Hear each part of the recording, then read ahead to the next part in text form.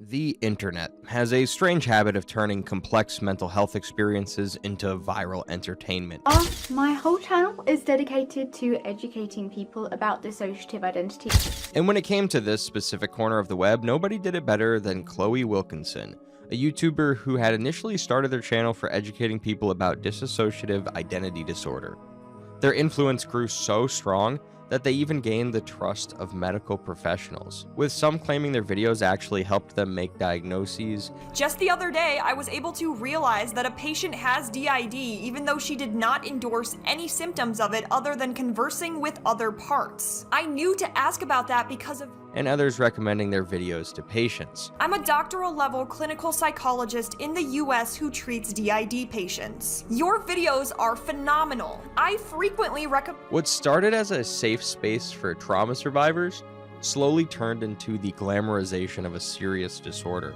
But to fully understand the story of where things went wrong, we actually have to go back to a few years ago before the massive call-out videos and the endless community drama to look at how this channel was built in the first place. Born and raised in the quiet town of Manningtree, Essex, Chloe's life seemed to be moving right on track. She had left home to study psychology at the University of East Anglia, but her own mind became her biggest obstacle. In 2017, at the age of 21, Chloe received a life-altering diagnosis: dissociative identity disorder. I have dissociative identity disorder.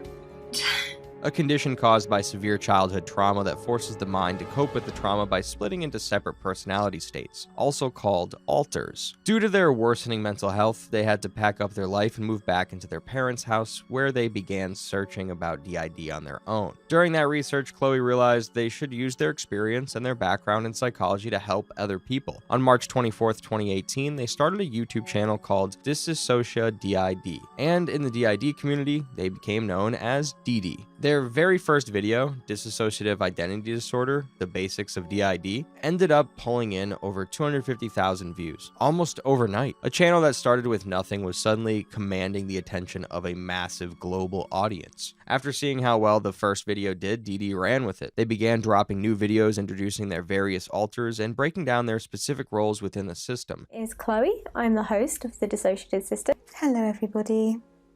My name's Nadia. It's nice to meet you. Hi. So, my name is Nina.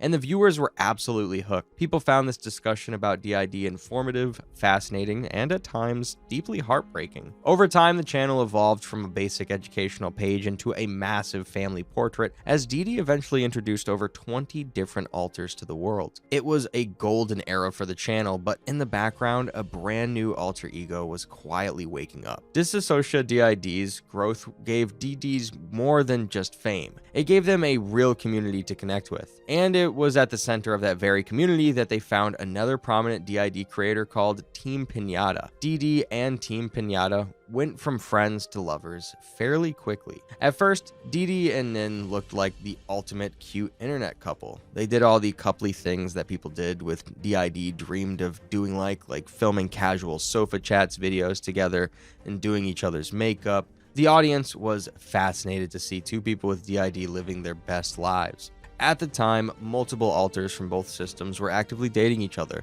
like Dissassocia DID's Kyle with Team Pinata's Riven, Nin dating Nan, and the list went on. For a while it was cute, but slowly the audience began to sense that something was off. It was a subtle shift, but it became impossible to ignore when they released their Disneyland vlog. It was already bizarre that two creators with severe trauma and PTSD would film a video in such a loud, overwhelming environment, but the real breaking point for the audience was the fact that they made their child alters responsible for the day. For people who actually live with DID, the clean, perfectly timed switching and effortless vlogging just didn't look real. Not long after, the wider YouTube community caught wind of it. Other creators began dropping videos dissecting the trip, putting DD and Nin in the hot seat, and asking the obvious question: even if this was real in the first place, was it ever a safe thing to do? But whether it was staged for the cameras or 100% real, one thing was undeniable: it was an incredibly reckless move. Just as the backlash on the Disneyland video was reaching its peak, a medical miracle occurred, one that was just a little too perfect to be true. Viewers were already growing deeply skeptical, and the sudden double integration that happened just a couple of weeks after the Disney trip only added fuel to the fire. Two alters who were dating across both systems suddenly fused with other personalities at the exact same time. Now, integration in DID, if you don't know, is a deeply complex psychological shift where two alters become one. It's a part of the healing process and can take months, sometimes years of therapy. For it to happen simultaneously to a dating couple felt entirely fabricated. But even with all the skepticism from viewers, the couple didn't split up. They actually stayed together for nearly a year. If anything, the whole drama only brought them closer, and in December 2019, they announced their engagement online. The engagement was more than just a romantic partnership. It was the union of two creators who would do whatever it took to conquer YouTube. By this time, DD was already a well-known creator among the DID community, but then came a moment where their fame went really sky high. On March 4th, 2020, Anthony Padilla released a video titled "I Spent a Day with Multiple Personalities, Dissociative DID Identity Disorder." This video launched DD past the niche corners of the mental health community and straight into mainstream internet stardom. But the story of how they secured that career-defining interview spot is a masterclass drama in itself. Originally, the spot was supposed to go to Multiplicity and Me, another highly respected creator in the space. But things went south when Anthony Padilla's production agency realized Multiplicity was based in the UK and they didn't have the budget to fly them out to the US. Multiplicity was incredibly graceful about it. For them, the goal was always mental health awareness, not clout, so they were perfectly happy to step aside for a US-based system. But then they found out the agency's backup choice was an endogenic system, which, if you're unfamiliar with, refers to people who claim to have multiple personalities without any underlying trauma. Since it isn't recognized as a clinical disorder, Multiplicity worried it would completely misrepresent real DID to a mainstream audience. Desperate to save the interview's educational value, Multiplicity reached out to the agency again. They offered to pay for their own flights or at least recommend a legitimate US-based trauma system. The agency wrote back that they would call them to discuss further, but never did. Frustrated, Multiplicity vented about the situation in a private Facebook group. Now, here's the interesting part. DD happened to be in that same group with Multiplicity. They saw the post and didn't hesitate bypassing Multiplicity even for a second. They immediately contacted the agency and pitched themselves for the spot. The wildest part about this whole drama is that DD was also a UK-based system, but they, along with Team Pinata, somehow pulled the strings, figured out the travel expenses, and made things work at the expense of betraying Multiplicity. When Multiplicity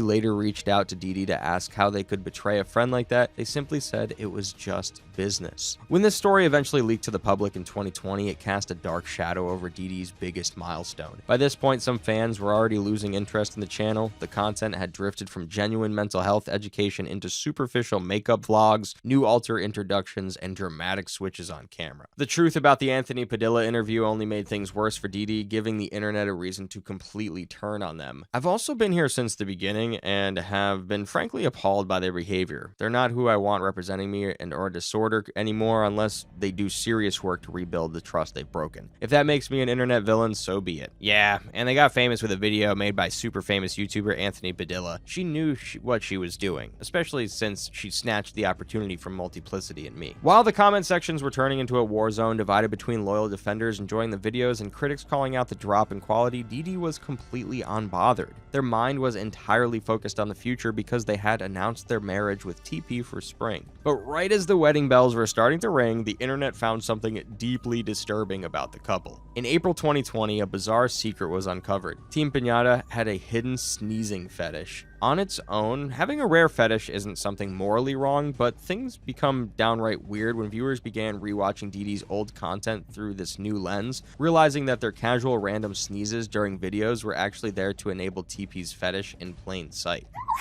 Bless me.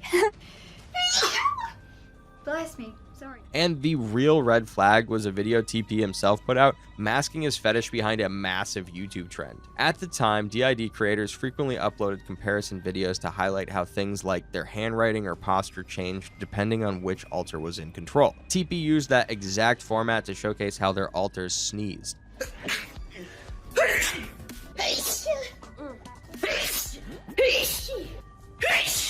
and Dee Dee actively drove their own audience to go watch it without ever mentioning TP's kink. By doing this, they completely took away the viewer's right of consent. The audience thought they were engaging with harmless mental health content, entirely unaware they were being forced into someone else's kink, and when the truth came out, the viewers were understandably grossed out. Oh boy, that is gross behavior. Like, why post that? It's honestly disgusting and disgraceful, and posting that kind of stuff on Insta, yeah, that'd be an Instaban waiting to happen. Cue drum joke sound. I had to throw in a little joke to lighten the mood a bit. Disassociate DID telling people to watch a fetish video without telling people it's a fetish video, taking away informed consent. Digging deeper into their digital footprint, the internet uncovered that TP belonged to a private fetish blog. The whole situation was already bad as it was, but what happened next was straight up indefensible. Digging deeper into their digital footprint, the internet uncovered that TP belonged to a private fetish blog. There, they routinely shared custom artwork dedicated to their kink, and some of these illustrations depicted minors. The internet was furious, and rightly so. People had started calling it out for what it was: child. There was absolutely no defense that would make this okay, but TP still tried their luck and dropped an apology video. Those pictures I drew were not meant to be sexy. They were a homage to the character because I appreciated the character and I thought it was cute. It was my mistake. Can't forgive me. I understand. I've drawn some fucked up shit. I don't remember drawing. Needless to say, nobody bought this apology for the obvious lack of accountability in TP's manner. The criticism got so loud that it became impossible to ignore, forcing Dee Dee to step up and address the issue. Just a couple days after, Dee Dee dropped an apology video of her own, desperately trying to distance themselves from the fallout. They claimed that they had absolutely no idea about TP's kinks, making it clear that they didn't endorse or support a single thing they'd done. The images first started coming out, we wanted to give them the benefit of the doubt. We didn't know about any of this stuff, so obviously it's a shock. We can't endorse or support it. It's not okay. And obviously we are very shocked. After this, Dee Dee took a break from YouTube and TP permanently deleted their YouTube channel. During this time, Dee Dee privated every past video they had filmed with TP, costing their channel a significant portion of their lifetime views, but effectively burying the evidence of their relationship. Hi everybody, we're taking a break from our break to address what's going on with Team Pinata. This 1 month break was meant to be a reset, allowing Dee Dee to distance themselves from the drama and continue growing her newly massive audience. But that newfound fame turned out to be a double-edged sword. As the critics began dissecting Dee Dee's past uploads, they found something volatile. In 2018, Dee Dee had introduced an indigenous altar called Nadia. Hello, my name's Nadia. It's nice to meet you. And while Dee Dee's niche audience at the time had overlooked Nadia for years, the mainstream media put her under the microscope. The issue was that Nadia was a white creator's highly offensive fantasy of a person of color. Nadia explicitly claimed to be both black and indigenous, even though Dee Dee is white and of British heritage. Don't relate to this body's skin or anything about it really. I remember my family and I have a whole backstory in there of memories that are real to me, even though I know that they're not the body's life. It's my life. I'm quite dark. Nadia's explanation of the body was highly stereotypical, which made the person of color following Dee Dee quite upset. I'm also quite a lot taller than this. This body is 5'2" and quite curvy. By reducing an entire race to a basic description of height and skin tone, Dee Dee completely stripped away the reality of what marginalized people actually go through. Critics aggressively pointed out that while Dee Dee got to profit off the aesthetic of a minority culture, actual people of color were dealing with the very real, lifelong racial abuse that came with it. For actual indigenous systems, being native means an identity shaped by harsh real-world statistics where generations of ancestors faced genocide and systematic displacement. This was something a white British creator could never truly comprehend or simulate. For actual indigenous systems, being native means an identity shaped by harsh real-world statistics where generations of ancestors faced genocide and systemic displacement. This was something a white British creator could never truly comprehend or simulate. Reducing a marginalized culture down to a superficial aesthetic was bad enough, but DD took it a step further by immortalizing that stereotype in their art. Not only did they create their own illustrations of Nadia, but explicitly encouraged their followers to submit their own fan art. The results were disastrous. The community blindly followed DD's lead, amplifying the racial insensitivity by drawing Nadia in heavily sexualized poses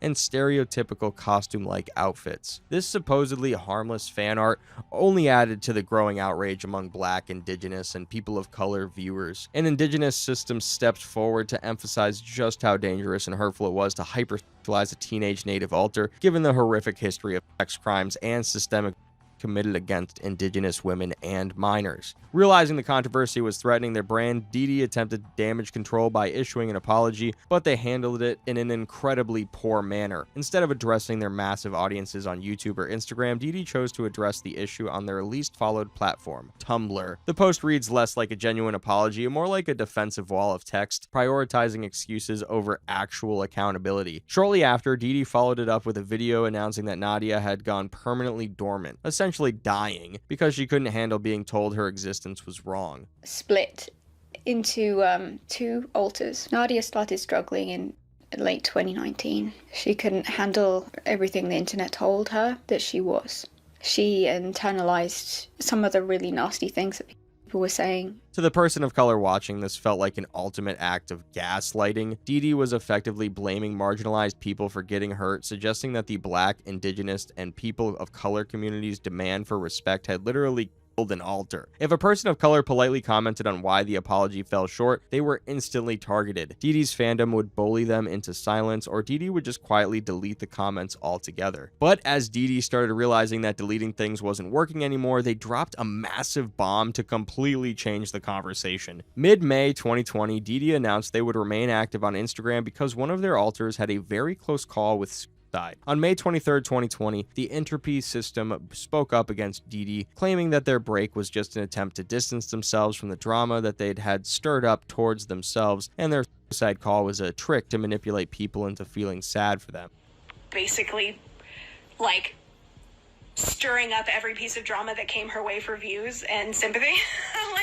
like Now at that time, DD was still active on their Patreon, which is a platform where creators put on exclusive content that only paid subscribers have access to. Watching Entropy's live stream, a patron named Rose got worried. She desperately reached out to ask DD if Entropy was lying, unable to understand why DD would want to manipulate people's sadness. DD strategically smoothed things over by telling fans they weren't trying to manipulate anyone. The only reason they shared the story of their close call was because they wanted to be open and honest about their struggles. Then they took a step further to protect their income. They told the followers that their page was strictly a place for education and that their Patreon was absolutely not the place for community drama. They basically asked everyone to keep the controversy completely off their paid platform in the future. But DD's wholesome explanation completely fell apart when the Entropy system leaked a private text conversation between them. In the screenshot, DD flat out admitted that she wanted people to realize that their behavior had an impact and could deeply hurt her system. To the public, it was a confirmation that DD's Instagram hiatus was a calculated move to gain sympathy. After this failed stunt, DD disappeared from all platforms, including Patreon, for almost 4 months. DD essentially took this break to stay away from more controversies, but it felt like the drama couldn't stay away from her even in her absence. In late August 2020, while DD was still offline, a user on Reddit accused DD of stealing their personal trauma stories and the specific traits of their alters to build their own inner world. Even though DD's video had been deleted, the emotional fallout was massive. The user pointed out that DD had a habit of doing this to people and that it was time for her to pack up and leave the DID community. Commenters sympathized with the OP, saying they believed their story. Some of the victims shared similar stories as well, where they had been betrayed by DD the same way. But by using their hiatus as an excuse, DD conveniently ghosted this situation and never addressed these allegations. When the dust started to settle down, DD finally rejoined the community in September 2020. This was supposed to be a fresh start where they would stay away from the drama and focus completely on educational content as they had promised protagonist before taking the break. But as soon as Dee Dee stepped back into the spotlight, they immediately ignited one of their most explosive controversies yet. On the 25th of September 2020, Dee Dee made an announcement post on their YouTube channel. They revealed that they still didn't feel stable enough to be creating content again just yet, but would love to connect with their fans again. To do that, they introduced a fan contest called Disassocia DID Draws, inspired by Inktober. The idea was simple. Fans would submit artwork, the community would vote on their favorites, and the winning design would be turned into Disassocia DID's official merchandise. But the catch was that the whole thing was happening on Patreon. This was a total red flag. Dee Dee was actively ignoring the victims who accused them of stealing their trauma, and instead of clearing the air, they were launching an art contest. On top of that, if they just wanted to bond with their community, why put a price tag on it? Why not just use Instagram so everyone could participate? And that's exactly what their audience started asking, reminding everyone that paying Patreon subscribers hadn't received any tier rewards throughout Dee Dee's break. Dee Dee's response was unconvincing, and that was the last time she'd even attempt to defend it. Any criticism or question about the money after that was quietly deleted. Naturally, the internet slammed Dee Dee for this move. Despite all the valid criticism, a massive portion of her fan base still backed her up completely and wanted to participate in the contest no matter what. And some of these stories were honestly tough to look at, like this one. And for a little perspective, these weren't standard entry rules. Users were forced to pay for a 3-month subscription before they qualified for the full merch benefits. And just a month after that whole Patreon money grab situation, Dee Dee made their comeback to YouTube.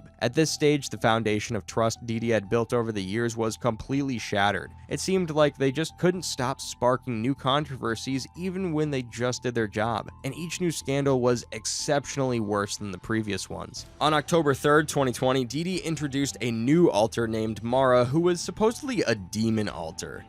I'm not supposed to be doing this. My name is Mara. I'm the first persecutor to be on the channel.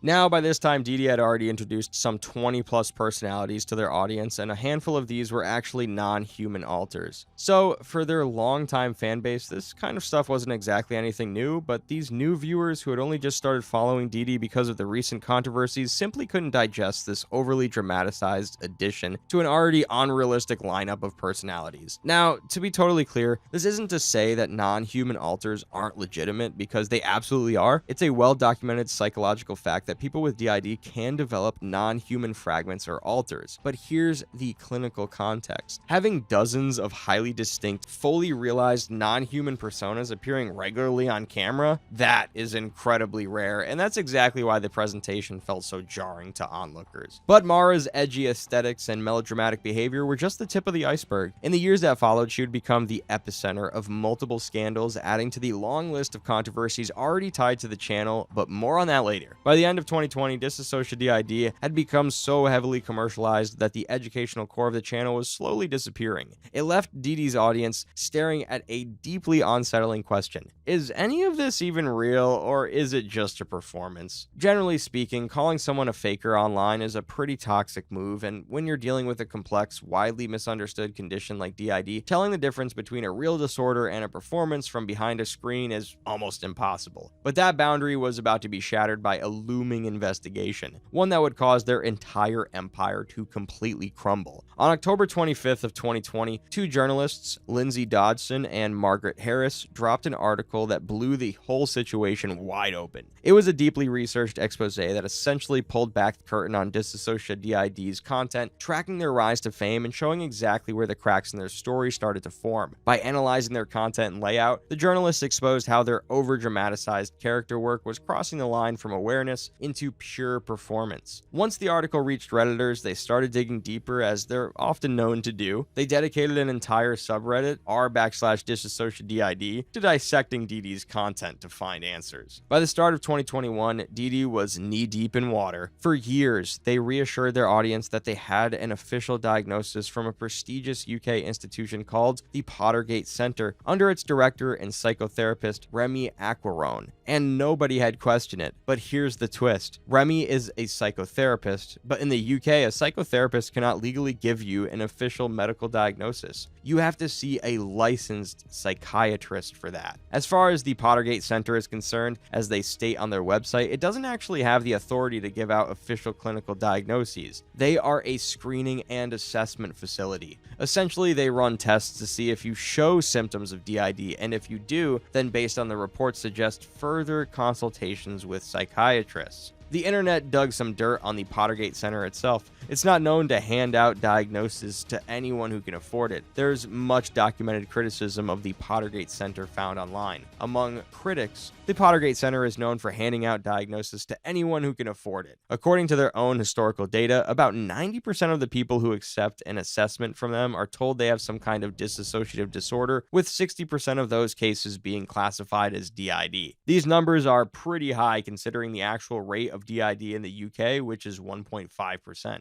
And if you think the blurring lines about a diagnosis that funds your entire lifestyle is bad enough, you're in for a treat because things are about to get exponentially worse. Right when the internet skepticism was at its absolute peak, Didi dropped a video attempting to clear the air about their medical history. This time they claimed they had a backup diagnosis from the NHS in a very confused and hesitant way.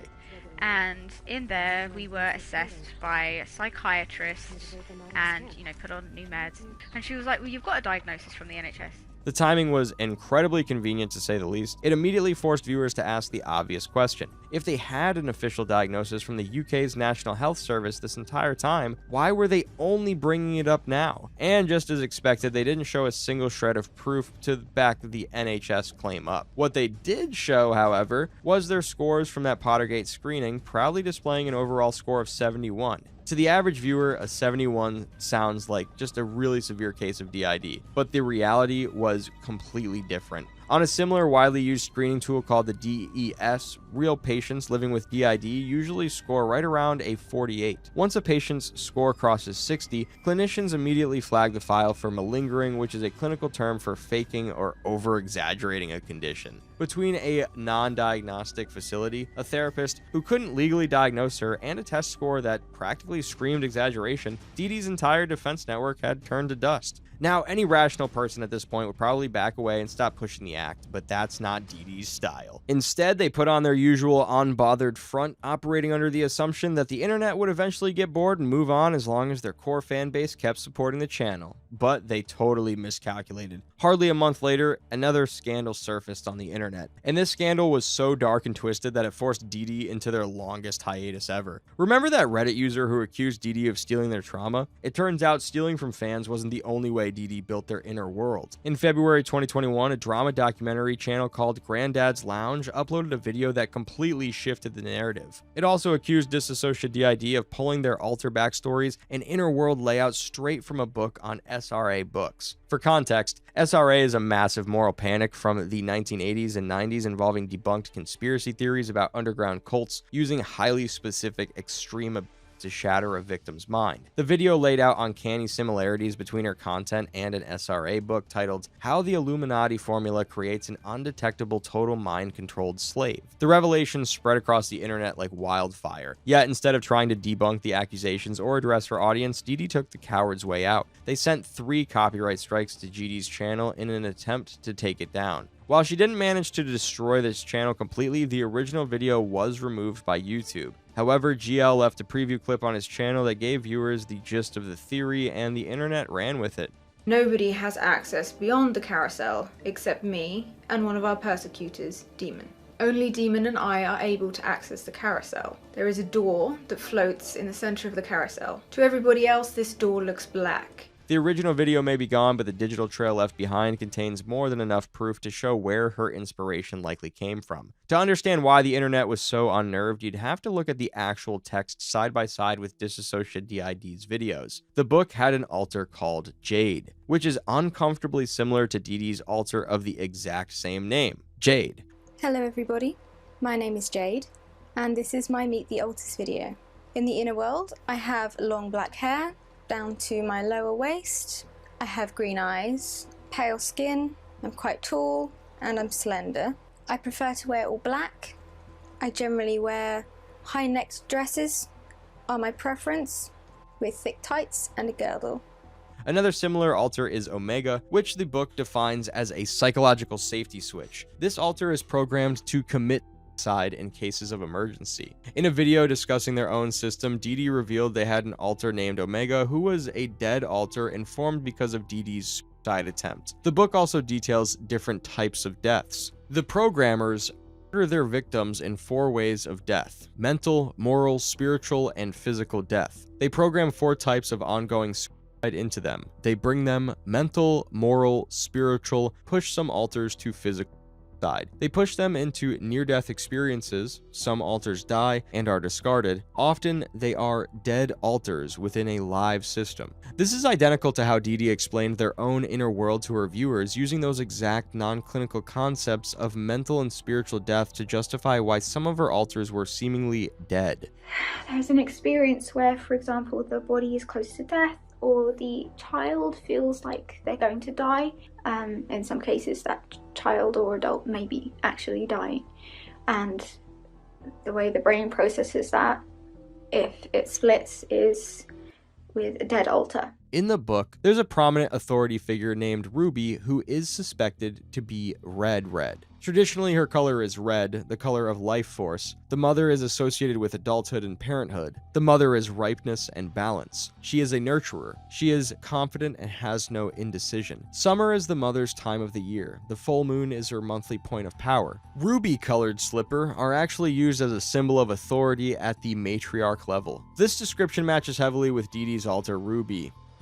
Ruby stepped in to raise me, essentially. I don't see Ruby as my mother, but I do see her as a mother figure to me. The text also outlines a caretaker altar named Sally, mirroring Chloe's own caretaker. My name is Sally. My role? I'm technically a protector, but I'm more of an inner caretaker.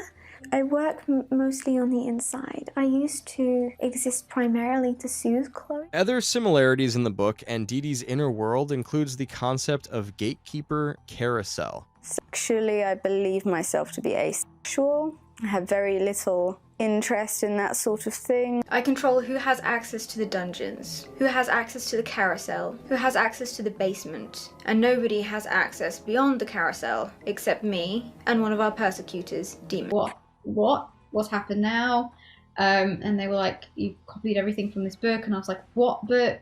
And it's this book that we've literally had never heard of before that point. Trapped under the weight of a scandal they couldn't explain away, Dee Dee pulled their favorite defense mechanism out of the playbook. They vanished from the internet. This unannounced break stretched out for an entire year, which was so far the longest they had been away from the internet. But if Dee Dee thought that stepping away from the camera would cause the internet to lose interest, they were dead wrong. While the channel sat in total silence, the internet kept digging. And just when it seemed like her reputation couldn't possibly take another hit, a brand new piece of evidence surfaced on the internet. An old screenshot began circulating on the internet, taken from a video where a teenager was in the middle of a mental breakdown. Instead of offering support, Dee Dee had left a comment where they had asked the teen if they'd ever thought about having DID, and then directed them to their own YouTube channel. To anyone watching, it looked nothing like she was trying to educate, but recruit a specific vulnerable audience. Once these screenshots went public, the floodgates opened and the criticism became blunt and unforgiving. A wave of former viewers came forward with their own stories. Some revealed that they had known people, mostly teenagers, who, under her influence of Dee Dee, spent years faking mental illnesses or genuinely believing they had DID.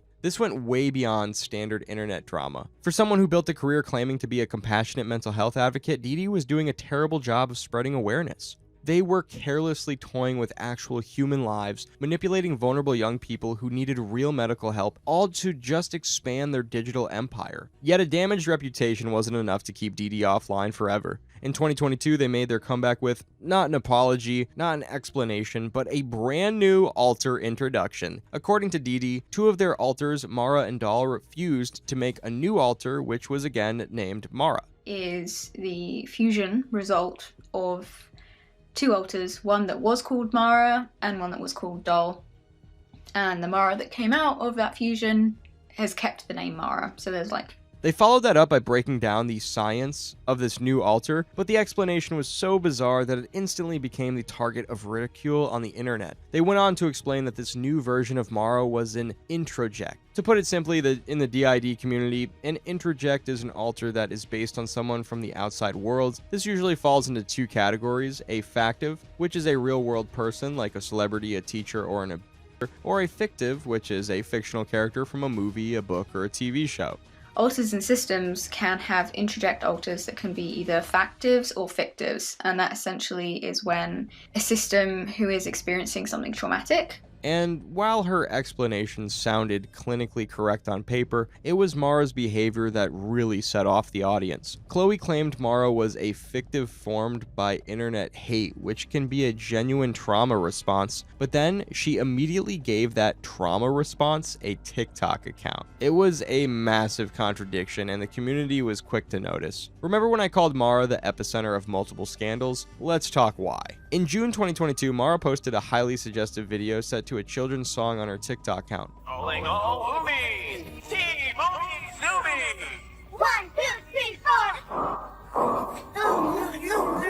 When viewers naturally called her out for how inappropriate it was, she didn't apologize or take the video down. Instead, she straight up denied it, doubling down and insisting there was absolutely nothing sexual about it in the first place. Not long after, she walked right into another mess during a live stream. Mara was doing her makeup on camera while playing music in the background. On the street is that her apples are delicious. The jury said she's charming, but Multiple fans immediately jumped into the live chat to warn her that the artist she was playing was a known sexual abuser, begging her not to promote their music. But instead of switching the track, Mara completely ignored them and kept the song playing. At a certain point, you have to wonder if the drama is a byproduct of the channel or the actual goal, because just when the dust from the Mara scandal began to settle, Chloe walked straight into a familiar minefield. For creators like Didi, there are no lessons to be learned, just patterns to be repeated. A couple months after the whole Mara situation, Didi found themselves facing accusations of heavy racism once again. They uploaded a TikTok lip-syncing to a Doja Cat track that features heavy use of the N-word.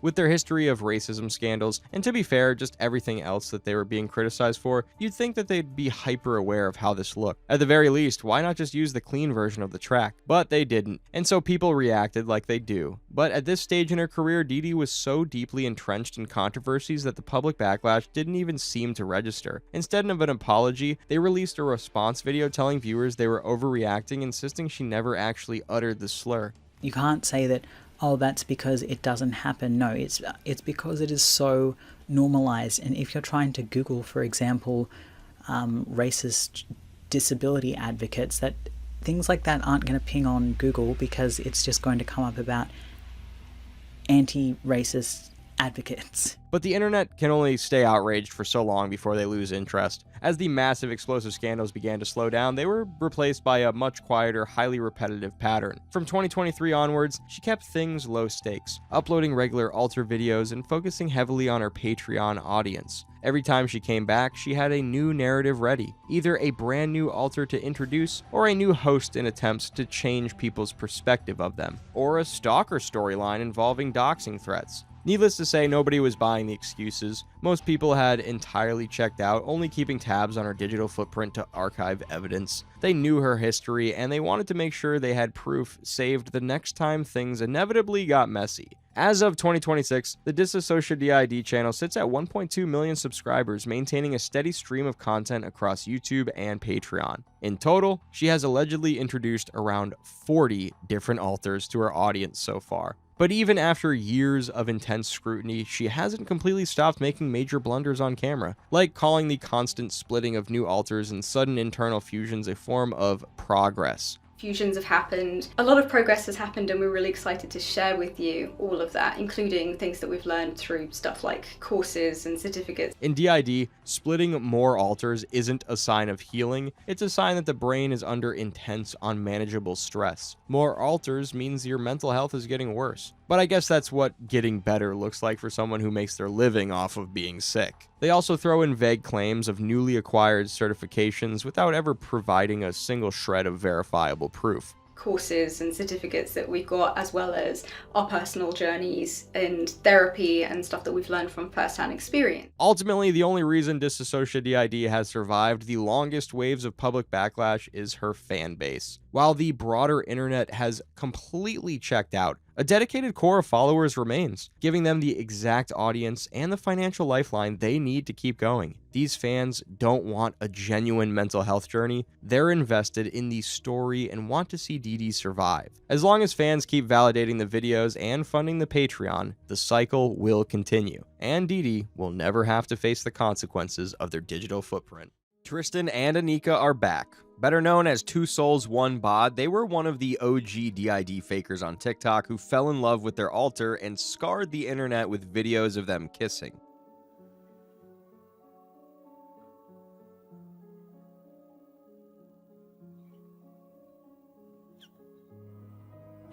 Now they're back, and they're talking about their experiences with aliens, or NHIs, which gave them the ability to read people's minds. No jokes.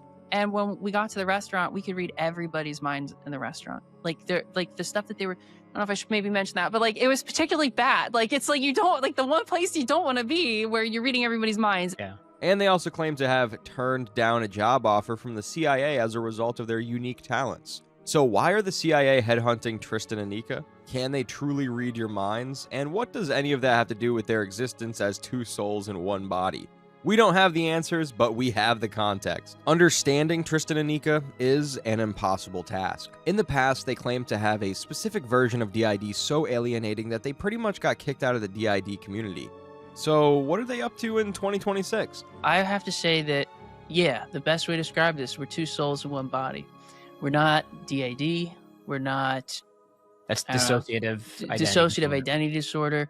We're not... some sort of like partial consciousnesses co-inhabiting a brain. It's not like there's another brain in this body that's like running Anika and I'm running. We are two souls. I mean, full human beings that are conscious, that have all of the same, like, it's just like if you took two people and you just kind of like overlaid them on top. Even though Jesse and James, or Tristan and Anika, used to be adamant that they were a DID system, now it appears they've progressed onto a higher plane of understanding. Not two alternate personalities, but two entirely different people or souls just sharing a body. Anika is the product of love, not trauma, they insist. And I like to say that Anika is a product of love, not trauma. Yes. And not saying anything about those who are products of trauma too, but I think it's also, I think that even in those situations, sometimes they're holding the flower upside down, and it really is about love at the end of the day, whether it's the love of an alter protecting another consciousness or it's, I don't know. All I know is that for us, it happened through love, and that's it. This love not trauma trigger was one of the reasons they got into trouble with the DID community in the first place, because they maintained that they had DID even though their alters wasn't the product of severe trauma as described in the diagnostic criteria of dissociative identity disorder. So inadvertently, they were promoting the idea of endogenic systems being a form of DID when medical research and diagnosis disagree.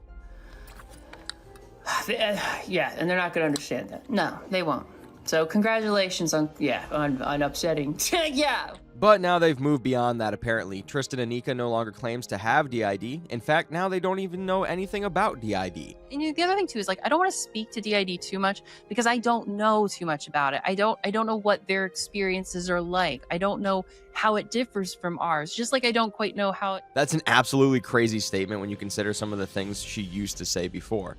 The current medical understanding of DID and definition of DID is sort of like how they didn't think autism was a spectrum, and they didn't think gender was a spectrum, and they didn't think sexuality was a spectrum.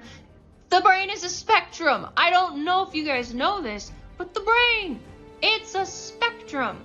So the entire idea that there's a set definition as to what something is in the brain is incorrect. So if we don't fit your exact definition or what you think DID is, okay? Holy shit, girl, you're a little fired up. Can you just chill out? Sure doesn't sound like she didn't know what DID experience was over 4 years ago when she was spreading the misinformation online. Now though, Tristan and Anika has moved on to bigger and better things. Now they describe their condition as sometimes being like two people in a dinosaur costume. So, you know, like one of those big inflatable dinosaur costumes, you know what I mean, that you go into and you can like walk around and be all goofy in. It's kind of like if you had two people in there. So it's like imagine, or two people in some sort of weird costume where they both have to share the costume. And they're like, give me the legs, stop messing around, keep at my pace. That's kind of what it's like at times. And Anika came to that cartoon-like conclusion because they apparently have the ability to control different parts of the brain and even different limbs and parts of the body. This stemmed from a discussion they were having about what it looks like when they fight, and apparently, during disagreements, one of them can take control of a limb and the other wouldn't be able to access that limb. Things where like I've palmed something before, where it's like, you know, I really don't want him to, like, whatever it was, like we fought over like smoking weed in the past. And like he's been really against it and a lot of times, and so like there's been arguments about that before. So like in those fights, it's like I've palmed something, and when you palm something, so if like for example I'm holding just like a crystal here, it's like a fidget toy for me, but if I can get it into the palm of my hand, I can close my fist around it. Oh, and you did that to me too. Like that's how we first discovered it, is basically like he really didn't want me to smoke, and so he palmed the thing and he was like, I'm not going to open up my fist until it's over the railing, and if we lose our job and everything else, it's like it's because you didn't give it up, and so I gave it up. But basically I can't open the hand. Like if he's close, can you do it? Okay. If I can't actually physically open his hand because he's like engaged the muscles, so I can't, like, there's nothing I can do, and so he checkmated me basically. Which is insane if you stop to think about what could be going on there physiologically. They're implying that Tristan is actively using the brain to lock up one hand, and Anika is also actively using a presumably different part of the brain to control her other hand, and there's no cooperation there as a result. Brains don't really work like that as far as scientific studies concerned. Tristan and Anika are somewhat self-aware about how outlandish their story is, and they claim to be working with researchers and scientists to provide answers for their experience. We reached out to IONS. We reached out to a couple different organizations. For those who aren't aware, that's the Institute of Noetic Science. Yep, exactly. And we reached out to Bigelow. We reached out to even Skinwalker Ranch, which we got a response from, which was awesome. We got to talk with Eric Bard over our case, which was amazing. We talked to him for like 2 months. It was awesome. In all honesty, though, Tristan and Anika are beyond science, or even beyond pseudo-new age science, because no brain scan or x-ray is going to pick up two souls sharing one body. No, you need soul vision goggles for that. They're only seeing one of us at a time. They're only seeing the body. When really, if you just could put on glasses and have soul vision or something, you would see the both of us and it would be like, oh, normal, like I get it now. And you could talk to each of us normally if you could, have soul vision goggles. This is already way too difficult for any uninitiated to believe, but it only gets even more outlandish because Tristan talks about growing up being scared of ET because he had contacts with Alien as a kid. I had some ET contact, or NHI contact, I should say.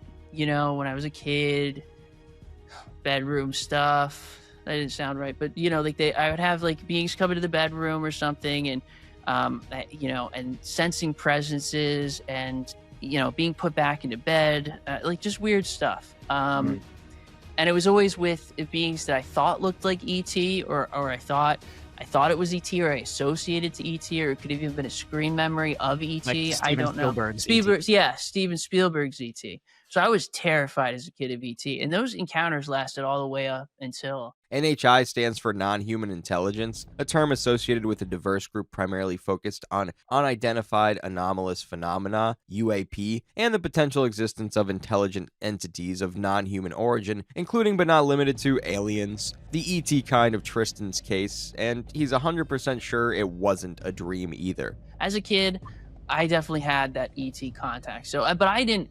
my parents just wrote it off as bad dreams. Again, engineers, teachers, scientists, they were just like, oh, bad dreams. Wow, really bad dreams.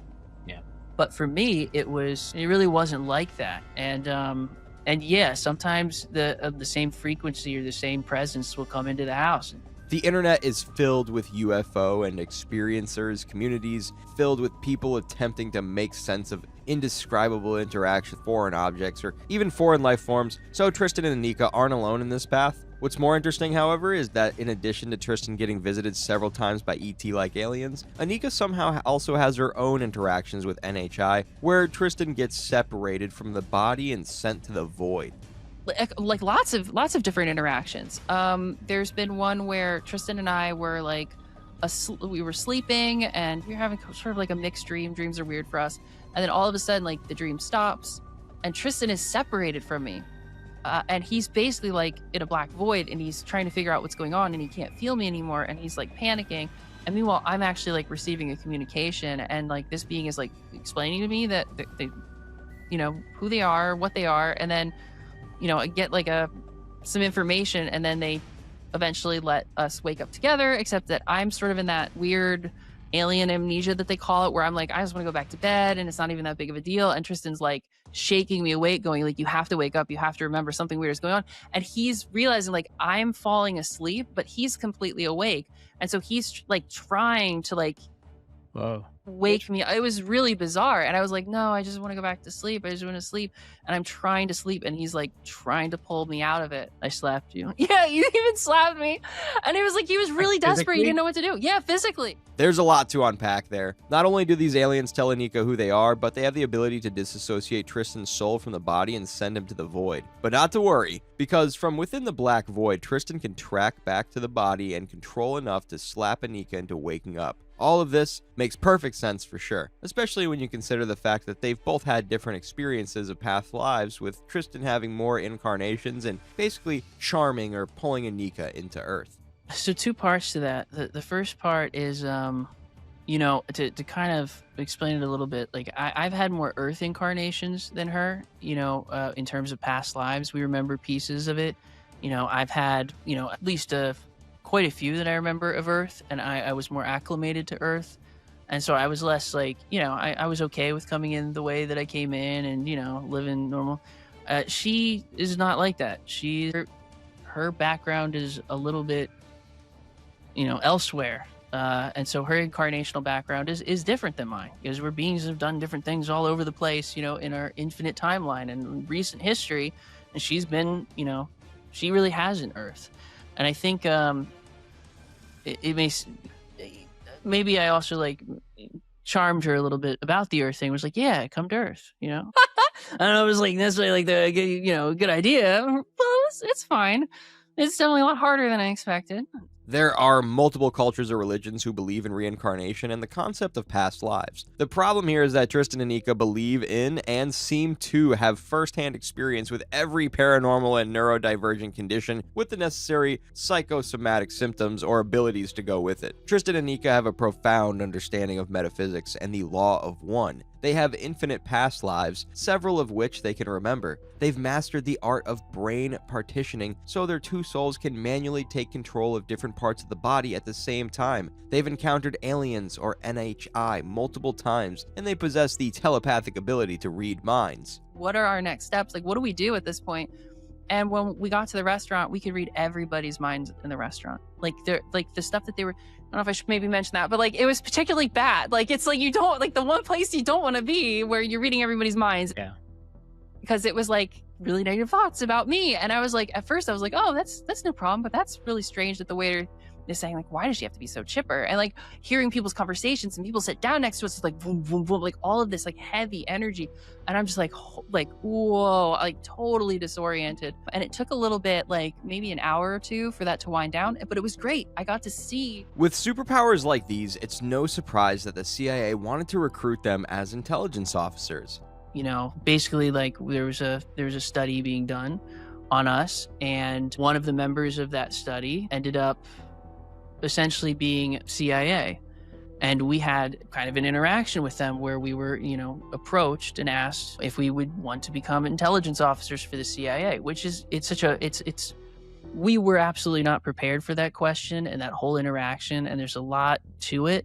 But essentially, like the CIA also wanted to know like what we knew about energy physics and other things. They're going to be a natural part of this. We're stepping into territory that they've tried to keep hidden or dismissed or stigmatized, especially when it comes to like reality and consciousness and telepathy and all of these things that, you know, there's been like the remote viewing program and things like that. It's like the CIA is very aware of these spaces and is very engaged in these spaces. So when you are an experiencer, you're like, oh, you know, I'm going to come out, just be aware, you know, they're gonna take notice. They're gonna scope you out. They're gonna try and figure out what do you know, what don't you know, where you're at, and if they can recruit you and get you into sort of like their black vault where you can't talk about your experiences, or you can't talk about what's going on in your life. It's a bit of a, some people choose to take that route, but we saw it as an abusive relationship. I mean, they're an organization that is just basically so far down the fear rabbit hole, and so far down like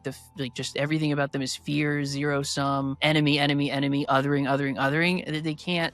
They can't really upgrade their consciousness except through maybe technology or something. But like they can't get to that advanced state. And so they rely on experiencers, and especially those who are psionic, in order to do things for them. Whether that's crash retrieval or it's psychic and remote viewing. So yeah, it does exist. The CIA attempting to recruit Anika in order to keep their psychic telepathic abilities a secret might just be the most insanely ridiculous thing they've ever said. And if you remember anything from their time on TikTok, that's really saying something. Tristan and Anika, or Jesse and James, or Two Souls One Bod, were the final boss of illness fakers on TikTok between 2020 and 2022. Hey, yourself.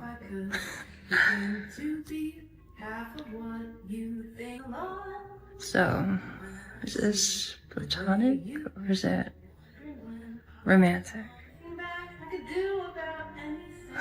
I don't know. Why don't you tell me? I love you. I love you too. With all my heart, in all the ways that a person can love and be loved. With all my heart too. It's convenient because it's the same heart. It's romantic. Oh yeah. At the time, Jesse and James identified as two alters as part of a DID system rather than two souls sharing a body, and as you can see there, it was very romantic. They went viral making videos like that, and one in particular, which scarred the internet forever, was a video where Jesse and James demonstrated how they kiss each other.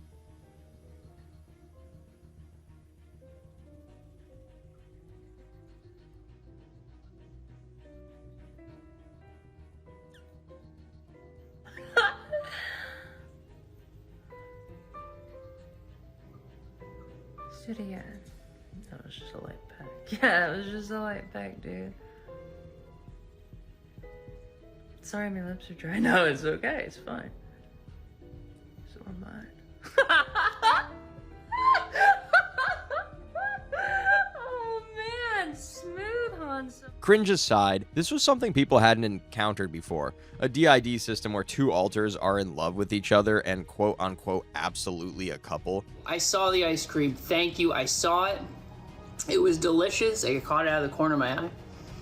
Are you a couple? Absolutely, we're a couple. Jesse and James made a comedy show out of DID as they continued to make outlandish claims that were inconsistent with the experience of the average diagnosed DID survivor. Like when they said one alter could get high and then pass the high on to the other. Hey Jesse, so how are you feeling? Feeling good. Are you feeling good? Yeah. Are my eyes red? I can't see because you have the eyeballs. Okay, but it seems like you're pretty high right now. On smoked hams. Yes, smoked hams. Yeah, okay. But now I'm gonna do this thing where I pass it to you. Oh wow, this is a lot. Oh, this is nice though. Oh, hey, you wanna come? Dude, look, right now. Oh, you're so cute. I know, I'm really high. Hey, listen. I own smoked hams. Yes, smoked hams. And so all we're doing is we're just moving around in the brain because certain parts of the brain are affected by like certain things differently than other things. So we just like play. It's like just like we play tag. Yeah, it's like we play tag. So your consciousness can actually move around the brain. But not actually, dude. Okay, right. No, it's for. Look, we're not getting into the science on TikTok. They just want to see the goofy shit. Okay. They got their time is limited. Okay. They really did subscribe to this idea that there were two separate consciousnesses moving around in the brain, and therefore they could choose whether or not to feel the physical effects of the body. For example, at one point they eliminated hunger by voiding the stomach, as they put it. Alright, James, yeah, what's up? Tell them what we've done. Okay. So we've eliminated hunger. Yeah.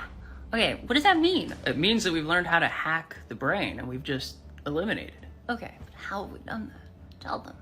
Well, basically, we threw the stomach into the void. Okay. Can we explain it another way? Yeah, so basically we both reduce our presence. Wow, this hair. I know, just forget it. All right, so we've reduced both of our presence in the stomach, and we've basically voided the stomach. Right. So what does that mean? It means we're not hungry. The implication here being that if you shot them in the leg with a handgun, they would be able to evade the pain by voiding the shot leg. They even went ahead to demonstrate their point by allowing themselves to move into the stomach and get hungry in real time on video. But it's not neat. No, we're just now on manual mode and we can choose when to eat. Exactly. We still have to get all of our nutrition, we still have to be careful, and we have to be really careful because everything's on manual now. Yeah. But we don't feel hunger anymore. Well, we can choose to. Yeah, we can choose to. Go ahead. Go into the stomach. Oh, dude, I don't want to. I don't, but you have to. Okay. Okay. All right, that sucks. Okay. Oh, you're really feeling it. Yeah, I'm really feeling it. Sucks, dude. Dude, I am so hungry. Oh my god. Oh my god, I'm so hungry. Oh my god, I just want to order food. Please, can we order food? What kind of food do you want? And there you go. Manual mode, easy as pie. They claim to have completely mapped out the body and can go in and out of organs at will. And we can have, like, you know, like she might be at 72, and, you know, what do you want to be at? I'll be like 69. Just your butt. Okay. We can do that in parts of the brain too. So inner space. So when you say, well, I'm going to go to inner space, right? What you're doing is you're reducing presence in all areas of the body and you're increasing presence in the imagination. Because see, like what's happening is in the brain, okay, which you don't like, it's simulated. So there's a copy of everything. Right, there's like a map almost inside the simulation, right, of every part of the body, including the brain. And you can move around it. It's like saying, you know, where like a data, yeah, like where you're opening a file on and you're trying to like look into the computer. Right, that'd be stupid. You'd be like, oh, where's the file? Well, the file might be stored on like the hard drive, but it's also moving around and it's being, you know, processed if it's open and running. Exactly. So it's a computer, dude. Yeah, it's a computer. So here's the thing. So like even the eyeballs, right? Like you have presence in the eyeballs. So regularly, like we'll just swap in and out the presence with the eyeballs. But we can also do this. So like I'll increase presence to like 100% in the imagination. Right, and then I'll increase my percentage to 100% in the eyeballs. And then guess what? We can like make the other person hallucinate. Right, boom. Or like she'll get stuck in memory lane thinking of memories. Well, I don't know. I'm jerking off. It's like, it's whatever. Or maybe you'll be thinking of TikToks while I'm trying to schlick. Right, I know. It's a problem. Right. So we can like just move around and do whatever and increase presence. Right. So like we literally have the entire body and brain to work with. And so what we've done is we've just learned how to move around in the brain and the body super good and control our presence. And we still are working on it. It's a practiced art. Exactly. Tristan and Anika would come online almost every day and educate their followers on how their version of DID works, which is nothing like the clinically defined or average experience of any other DID patient, like how they mastered switching between alters. Someone asked that the amount of switching that we're doing would exhaust the body and the brain. And that would be true, but we have actually, I don't want to say mastered, because it's always improvement. That's true. We have gotten really good at it. We figured it out. We can see the brain operating around us, and we have ways to switch extremely fast by controlling presence in the body and the brain. And when you get tired and when you become exhausted when you're switching, it's because you're not clearly switching and you're not doing, yeah, it's like a technique. It's like swimming. If you take somebody and you just throw them into the English Channel, if they have no experience, right, they'll drown. They won't be able to like get anywhere.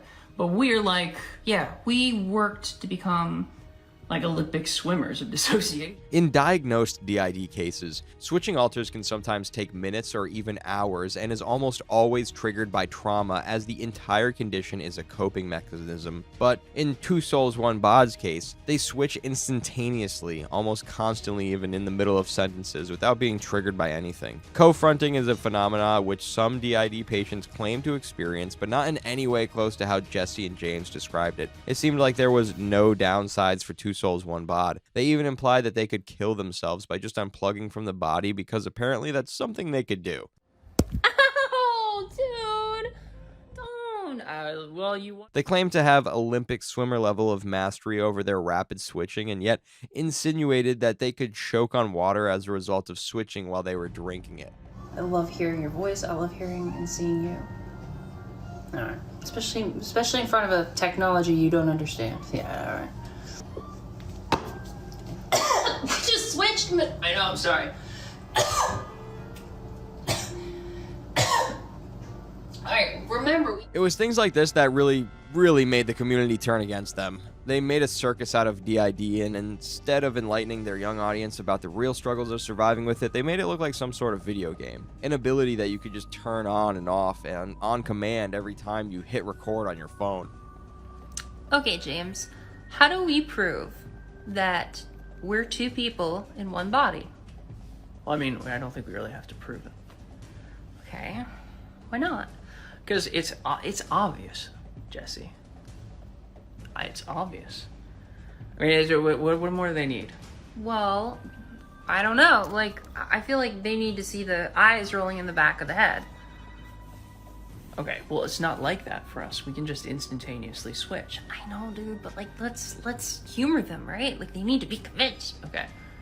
They're on the internet, they're browsing, they want to know. Okay, that's first of all inappropriate. Okay.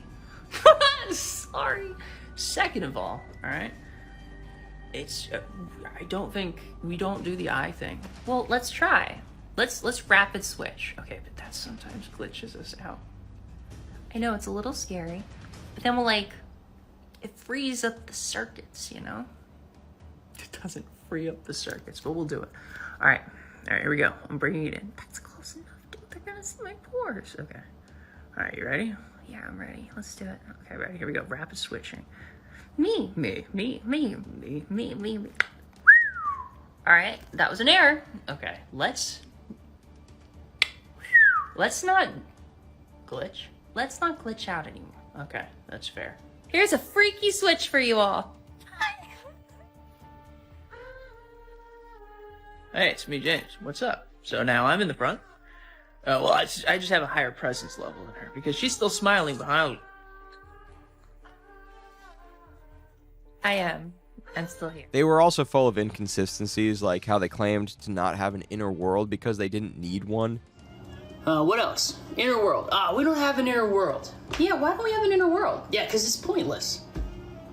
Okay, how's an inner world pointless? It just is. Why would we want to go to an inner world? Well, we can be right here with each other. Oh, but I mean... So our inner world is actually an outer world. Our inner space is actually outer space. Because we just project each other like AR. Yeah, it's like that game that you really, really like, but we haven't played together yet. Pokemon Go. Yeah, I'm like a Bulbasaur on this trash can. And when someone correctly pointed out that alters in a DID system necessarily need to have an inner world where they cohabit, Jesse and James backtracked completely. Oh, let's see, what's a good one? No, we do have, okay, we do have an inner world. We just don't use it, like, we just have decided.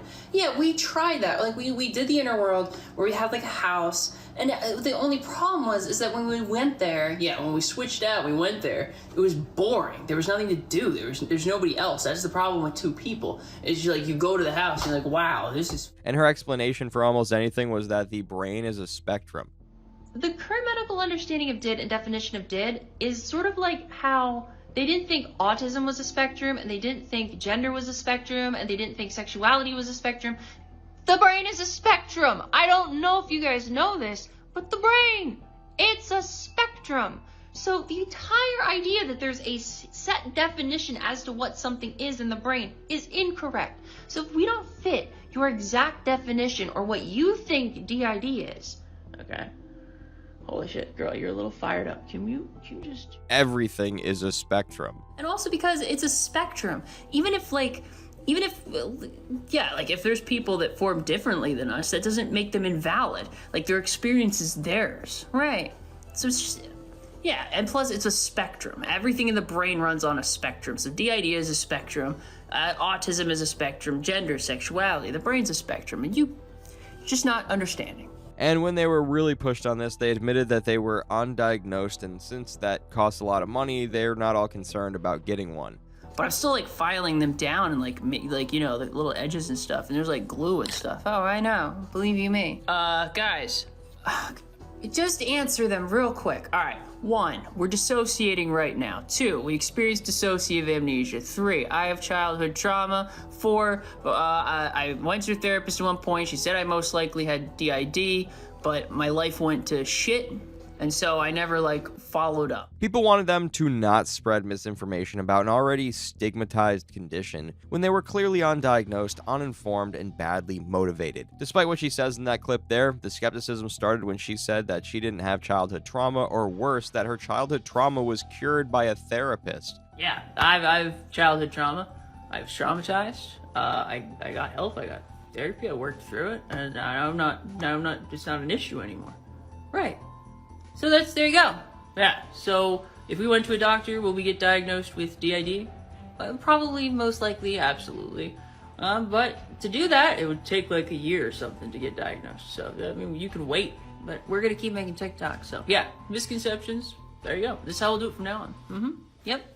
That's a particularly unacceptable response due to alters in a DID system needing to be formed as a result of severe or debilitating trauma suffered in childhood. At this point in time, James and Jesse weren't diagnosed, but they wanted to keep making TikToks in spite of the thousands of people informing them of their mischaracterization of the illness. The official DSM-5 diagnostic criteria for DID provided by the American Psychiatric Association reads as follows. A. Disruption of identity characterized by 2 or more distinct personality states, which may be described in some cultures as an experience of possession. The disruption of marked discontinuity in sense of self and sense of agency, accompanied by related alterations in affect, behavior, consciousness, memory, perception, cognition, and/or sensory motor functioning. These signs and symptoms may be observed by others or reported by the individual. B. Recurrent gaps in the recall of everyday events, important personal information, and/or traumatic events that are inconsistent with ordinary forgetting. C.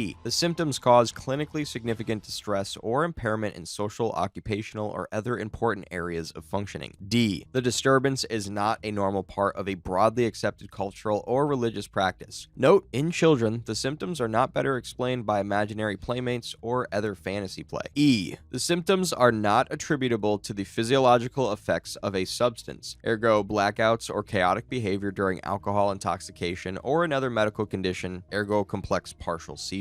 As far as most people were concerned, Two Souls, One Bod did not meet this criteria, at least not fully. Frankly, the medical system doesn't really know what to do with us because we are such a rare and unique case, and they think it's some sort of dissociative identity disorder, but at the same time, we don't have some of the hallmarks that maybe describe it, such as only switching when there's triggering and things like that. And that brings us to the most concerning part of their DID arc, which was and still is the insane relationship between Tristan and Anika, because in addition to being lovers, they were also brother and sister and also sort of father and daughter. Well, what's his relationship to me? I don't know, because he's, at this point, it's like he is a brother, father, but at the same time, neither of those things technically or legally.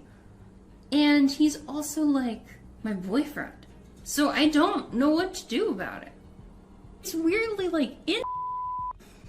And because at times I'm very much I'll call him dad. Him, it's strange because he really thought that I was his daughter. Also seeing each other as brother and sister because we both came, but then see that no matter what we do, it ends up in this weird sort of situation where we're both are we is this cool that we're doing this? You know what I mean? So now we not only have self-cest to deal with, we've also got incest as well. The official story is that Anika entered into Tristan's body when he was already 22. It happened when his partner had a miscarriage. According to Anika, she entered Tristan as an orb of light when he hugged his partner after the tragic loss. Hi. Okay, so my childhood is a little bit more difficult to explain.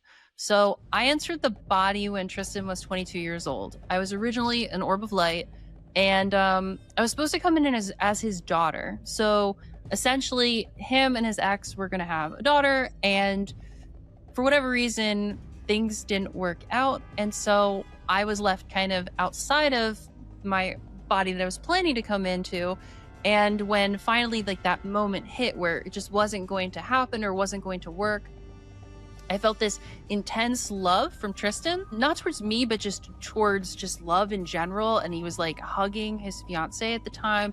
And like all of a sudden I just felt like this magnetic pull, and I was pulled into his body. I don't know if I can have like a real clear recollection, like how I felt about the loss of of like my original body, the child, or but all I know is like as soon as I got pulled into him 2 years later, that was like my first memory. So, according to them, Anika was supposed to be Tristan's daughter, which adds an extra layer of discomfort to the already uncomfortable kissing and relationship videos we saw earlier. It also means that Tristan is about 2 decades older than his partner and that he's with a child in there, but apparently they insist that Anika's not a teenager and is an adult just like Tristan. When I'm not 13 years old, I'm 35, I have a fully developed prefrontal cortex, I know. But see, that's what they want. They want to see you angry. They want that drama. And you're just giving it to them. I know, it's just like, dude. No, she's not 13. She's not 13 at all. No. My first memory that I remember ever having happened 13 years ago when this body was 22 years old. Yes, that's correct. But that does not mean I'm a 13-year-old. No, not at all. I have a fully developed prefrontal cortex. Ooh, very nice. I have a fully developed body. I've gone through puberty, and I've lived 5 years alone, on my own, without him. Yeah, no help from me at all. On my own, for 5 years, as a functioning, independent adult. So to properly explain what's going on there, after entering his body as an orb of light, she slowly began to gain control of the body over the course of 8 years, during which Tristan came to recognize her presence and yielded more control to her. She was like the Little Mermaid, aching for adventure, and Tristan was the guy trying to figure out what was going on. As far as what I was like, I don't know. I loved cute and adorable things, and I guess like I also really loved Earth. I really wanted to explore and experience it, and I was like fascinated by things here, and I wanted to be a part of it. If anything, I kind of felt a little bit like The Little Mermaid, which is like the only 90s Disney movie I've seen. But like I wanted to be there. I wanted to be up where everybody had legs and was walking, and I felt like for the longest time I couldn't. And Tristan, as I grew older, like once I got to be about like 8 years old, I was taking up too much space in the body. He still didn't know what I was. He tried everything, science, like trying to like doctors, whatever. Nothing like stuck. Nothing was like an explanation for what was going on. So it wasn't until like I was 8 and he was like, and I was taking over the body way, way more, that he finally was like, I know who you are. I have to be like honest. I have to like be emotionally honest. And he confronted it and told me who I was. And so, upon confronting her, Tristan chose to die, completely vanished from the earth in order to give Anika full control of the body. An amazing gift. Like when he gave me the body, it was like the ultimate gift. Like he literally died. He didn't have words for what he was going through. He didn't understand what was happening to him. He was like a materialist and scientist. And eventually he was just like, I'm dying. I'm giving you the body. He left me a recording on my phone. It was like, I'm dying. You're going to take the body. I love you. And he's like crying, and he knows he's dying. He faced death for me. And then he died. He was gone for 5 years. He wasn't on planet Earth. I had the body. There was no Tristan. There was no sign of him. He was gone. And I could feel how scared he was to die. I mean, like, it was not like this small moment of like, oh, I'm just going to leave and come back. It was the fear that one would face when they're faced with death. It was thinking through your life, thinking through your regrets, thinking about everything that happened in your life. His life flashed before his eyes. He would think about his happiest memories and just hold on to them right before he went, and then he was gone. So Tristan died completely, yet Anika somehow managed to pull him back from the great beyond or the shadow realm or whatever. Unsure. I mean, like when Tristan came back to the body, and I know like there's a little bit of he left for 5 years, but then eventually I figured out a way to like connect to like the field, and I did this whole meditation. It was kind of wild, and I managed to pull him back to the body, and like pull him from the afterlife. I know that's a lot, but just bear with me. Just another superpower that they have, bringing people back to life. However, it's worth revisiting that whole Tristan dying thing in more detail because it does offer a window into their collective head or heads in what can only be described as an online journal entry they wrote. 2016, age 30, James's death in the spring of 2016. James moved with Jesse across the country into an apartment in Portland, Oregon with James's best childhood friend Eric. They moved because James decides the West Coast would be safer physically for someone presenting androgynous and potentially trans. By April, Jesse and James decided to use female pronouns for the body and attempt full-time presenting as female. James. Jesse was happy, and I can't describe how blissful her joy was, how it felt to feel her so happy. She felt truly happy for the first time in her life. The clothes made me feel dysphoric, and she couldn't see the clothes. She only knew them by their color and how they felt on the body. We looked ridiculous, but she was happy, and that's all I cared about. My dysphoria was chump change compared to the extreme euphoria she experienced just getting to wear something pink and girly. So we continued transitioning the body. After all those years attempting to suppress her soul's existence, I wanted her to thrive and be happy. Jesse. As happy as I was at the time, looking back, this is the hardest year to write about for me, so I'm going to not say much and just write it out. I'm sorry, maybe sometime I'll come back and talk about it more, but this year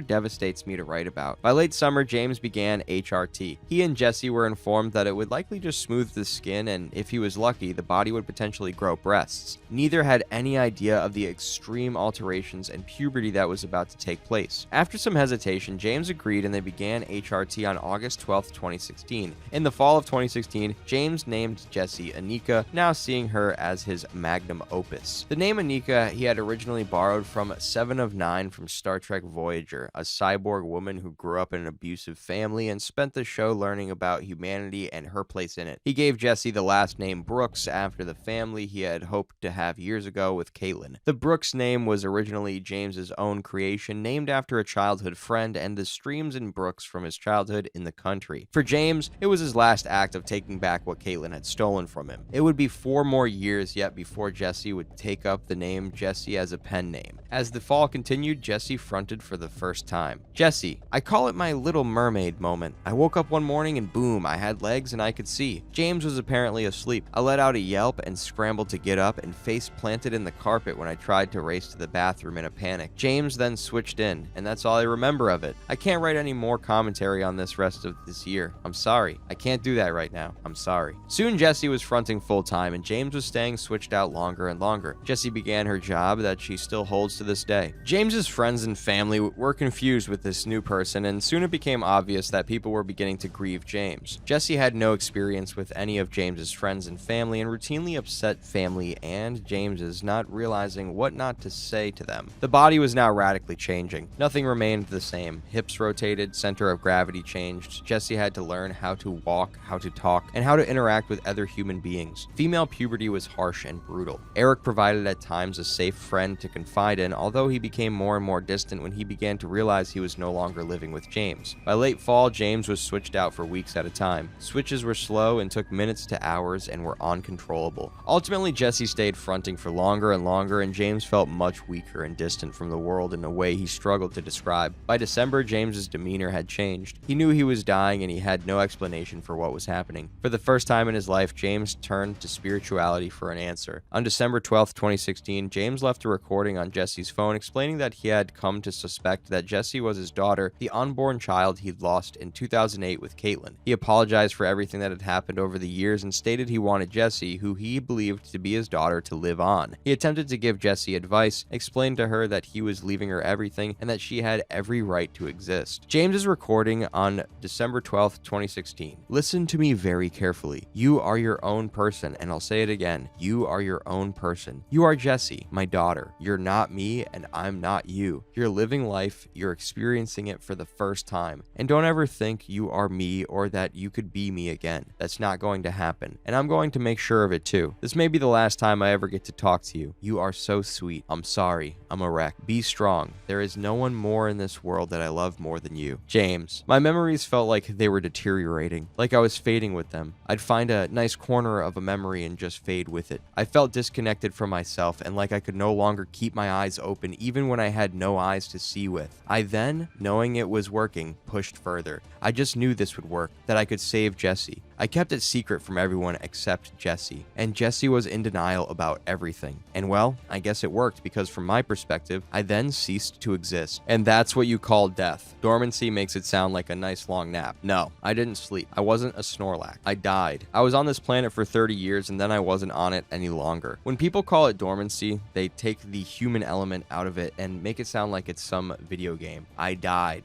I died. It was permanent until Jessie did her weird thing. It wasn't sleep. It was horrifying. Dying was painful, prolonged, and terrifying. I was afraid. It took months to pass into nothing, and I broke apart as a living being. I was dead, and anyone who wants to dispute that, well, how about you give it a shot and see whether you call it dormancy after you've lived for 30 years and then suddenly not live anymore. Sorry to get upset. I just hate it when people slap this dormancy thing on my forehead like I'm an idiot who doesn't know what I experienced. I died, and I'll keep saying I died because I died. If you don't exist, you are dead. Jesse, I think what James is trying to say is that these terms like dormancy, while accurate, rob people of the personal weight and impact of their experiences, and they do not help outsiders understand the experience of what people with DID actually go through. I think James also feels that the terminology and how everything is currently addressed does a terrible disservice to the complexity and scale of the human brain and how consciousness actually works. James, what she said. Sorry if I got a little emotional over my own death.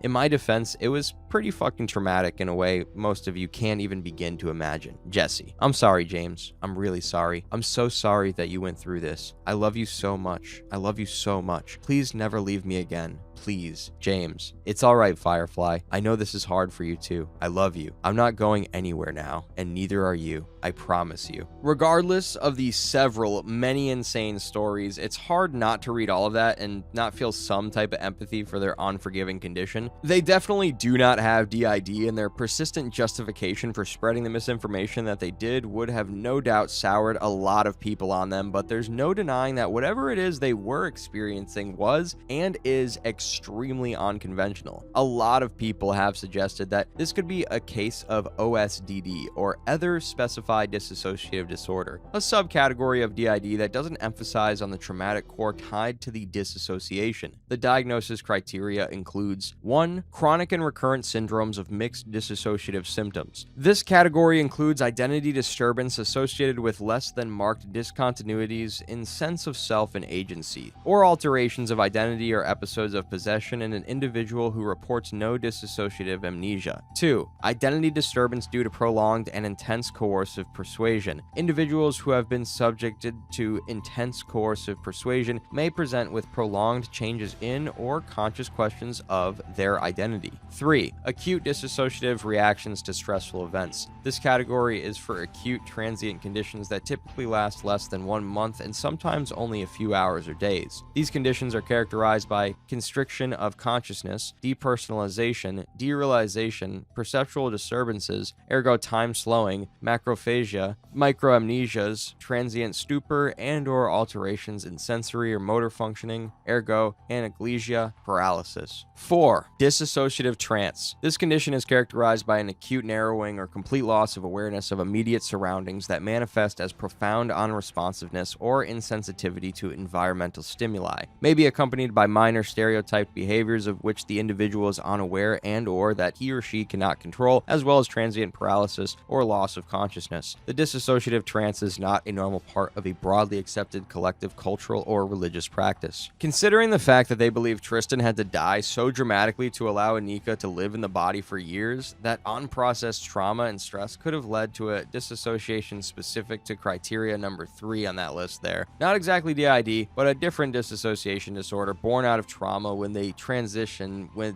they now see as love. Maybe this is why they identified so strongly with DID. We started to gravitate towards the idea going, okay, well, maybe this is DID or something. And we tried to join DID communities, we kind of joined DID TikTok. And everybody was really that's not how DID works. This isn't DID. What is this? And I thought we were faking or that it was a performance or something. And it wasn't. This was real. It's just, it wasn't like what they were experiencing. Taking minutes to switch and It was supposed to happen like. But it's unlikely Tristan and Anika find any permanent answers because once again, they believe themselves to be two fully formed souls inside one body, and there's no science that can either fully prove that or fully deny it. However, if they do manage to invent the soul vision goggles, and it turns out they were right all along, the whole world would owe them an apology. Hey there, my name is Iris and I'm part of the DID system, and today I wanted to talk about fictives. Hey guys, this is Cameron, it's 11:49. Hey, this is Iris again, and it's 12:22. Hi, my name is Jada, it's 4:48, and this is my first time fronting. TikTok has given us a lot of things we didn't ask for. The Devious Lick Challenge. Okay, so this TikTok channel is about licking some toilets. That one guy eating corn off a power drill like it was the most reasonable day of his life. And then, nestled right between all of that, a very specific era. One that if you were online between 2020 and 2022, you remember with a very particular kind of secondhand exhaustion. The fake disorder era. Now, if you've never heard of DID, some of the symptoms include feeling very disconnected from the world around you and from yourself, forgetting certain time periods or events, and even personal information. That's dissociative identity disorder, a serious trauma-based condition, not a quirky personality thing or a fun accessory or something you pick up between your skincare routine and your morning matcha. Around 60 to 80% of people diagnosed with it have attempted to end their lives at some point. The average patient spends between 5 and 20 years before even getting a correct diagnosis, largely because the disorder is built around hiddenness. People with real DID are not trying to be perceived.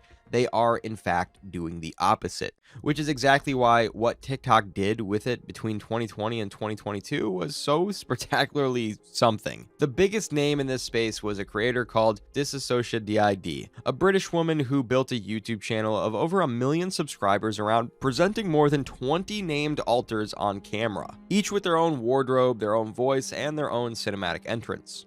Like I'm alive anymore, but it seems like I am. Maybe I'm a vampire, maybe I'm a ghost. I don't feel alive. This is another reason why ghost alters exist, and we do have a video on that made by one of our alters who is also presents as a ghost. Real clinicians who treat real DID patients described what she was doing on that channel in terms that were not particularly flattering. She currently has a registered company, a crowdfunding campaign that's pulled in close to £176,000, an ongoing lawsuit, and a community-compiled Google document tracking inconsistencies across years of her content. That is genuinely a whole other documentary and will not be making it today. There's also Two Souls One Bod, who generated their own spectacular unraveling through Discord drama that took months to fully surface and even longer to untangle. People are mad at this TikToker for, quote, faking a disorder. So basically, the TikToker claims to have DID. Now because of this, they say there are two people living inside of them. One is a male and one is a female.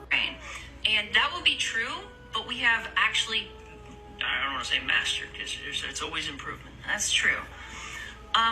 It was an entire ecosystem, a corner of TikTok where the disorder was the product, the alters were the cast, the switches were the plot, and the comment sections were full of people who had developed parasocial relationships with what were supposedly different expressions of the same single human being. Wild times. And we could spend today on any of them. But today, we're talking about the Sprite Company. And no, before your brain goes to where it wants to go, we're not here to crack open the mystery of what's actually in the green can. This is not a documentary on whether Sprite has been hiding something in their formula this whole time, though honestly, that would probably also be a good video. The Sprite Company is a TikTok account run by one person who claimed to be, depending on what day you checked in, somewhere between 5 and 7 people, or 13, or however many had shown up by the time the list was written. 1 minute, you can call them Jackson, 20 years old, body age, host of the whole operation, but catch them on a different day and suddenly it's Jonas, 22, primary protector, makes pancakes, and has a fan base. Miss Jonas, and you might get Cameron, 16, who apparently has no communication with Jonas whatsoever. Then there's Marie, 36, primary caretaker. Then Iris, 21, also a caretaker. Then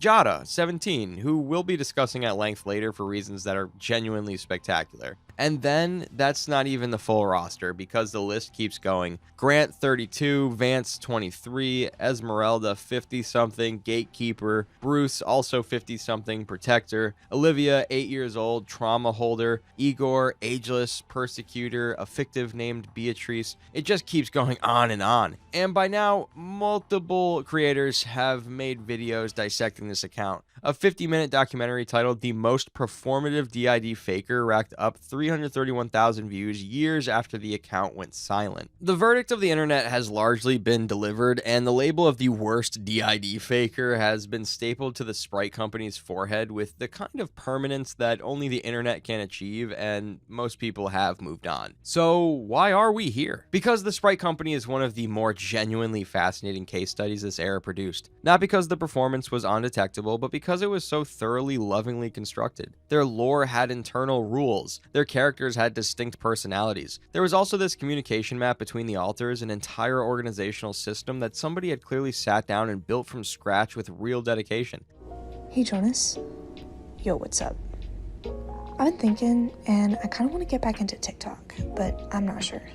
Yo, dude, so do I, but I can't think of any way to get back into it.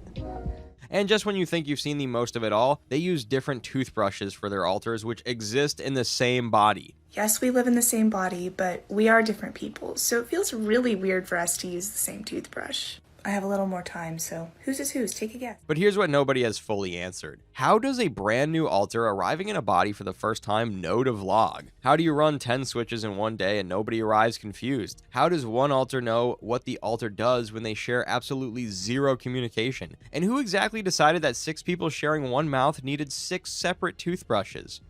Put a finger down if sometimes you just put on an outfit that you wouldn't usually wear. Put a finger down if you can't be bothered to make your bed sometimes.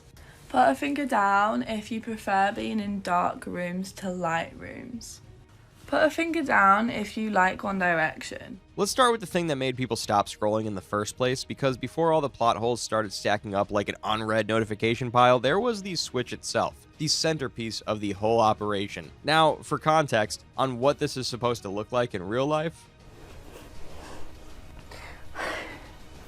Hi. Hi. You're Minnie? Yeah. I'm Minnie. I'm 3. And You're 3? Mm-hmm. What do you think about all these cameras? A lot of cameras? That right there is what a clinician documented genuinely captured Switch looks like on camera. It looks somewhat like a slight shift, like a moment of confusion. But now when looking back at it, the Sprite company, you can almost taste the fakeness in whatever drama they keep pulling off on camera.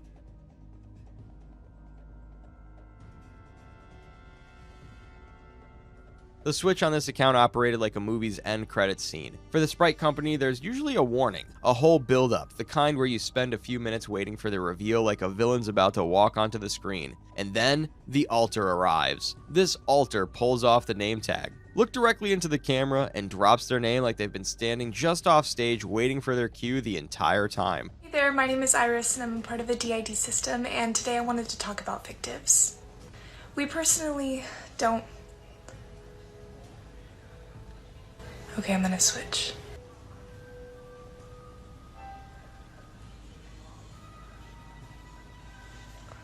Fuck off.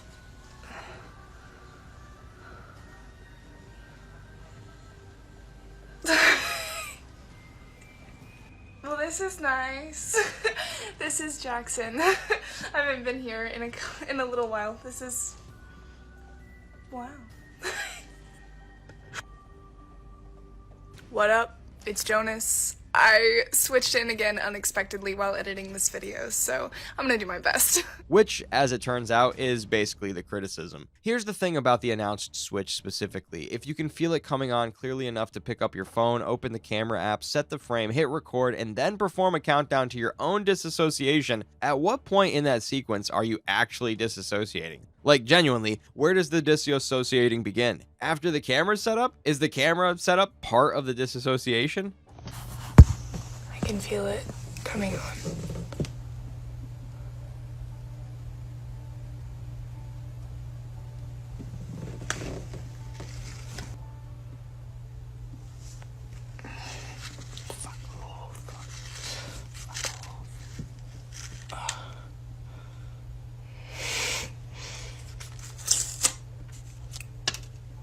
Guess the player.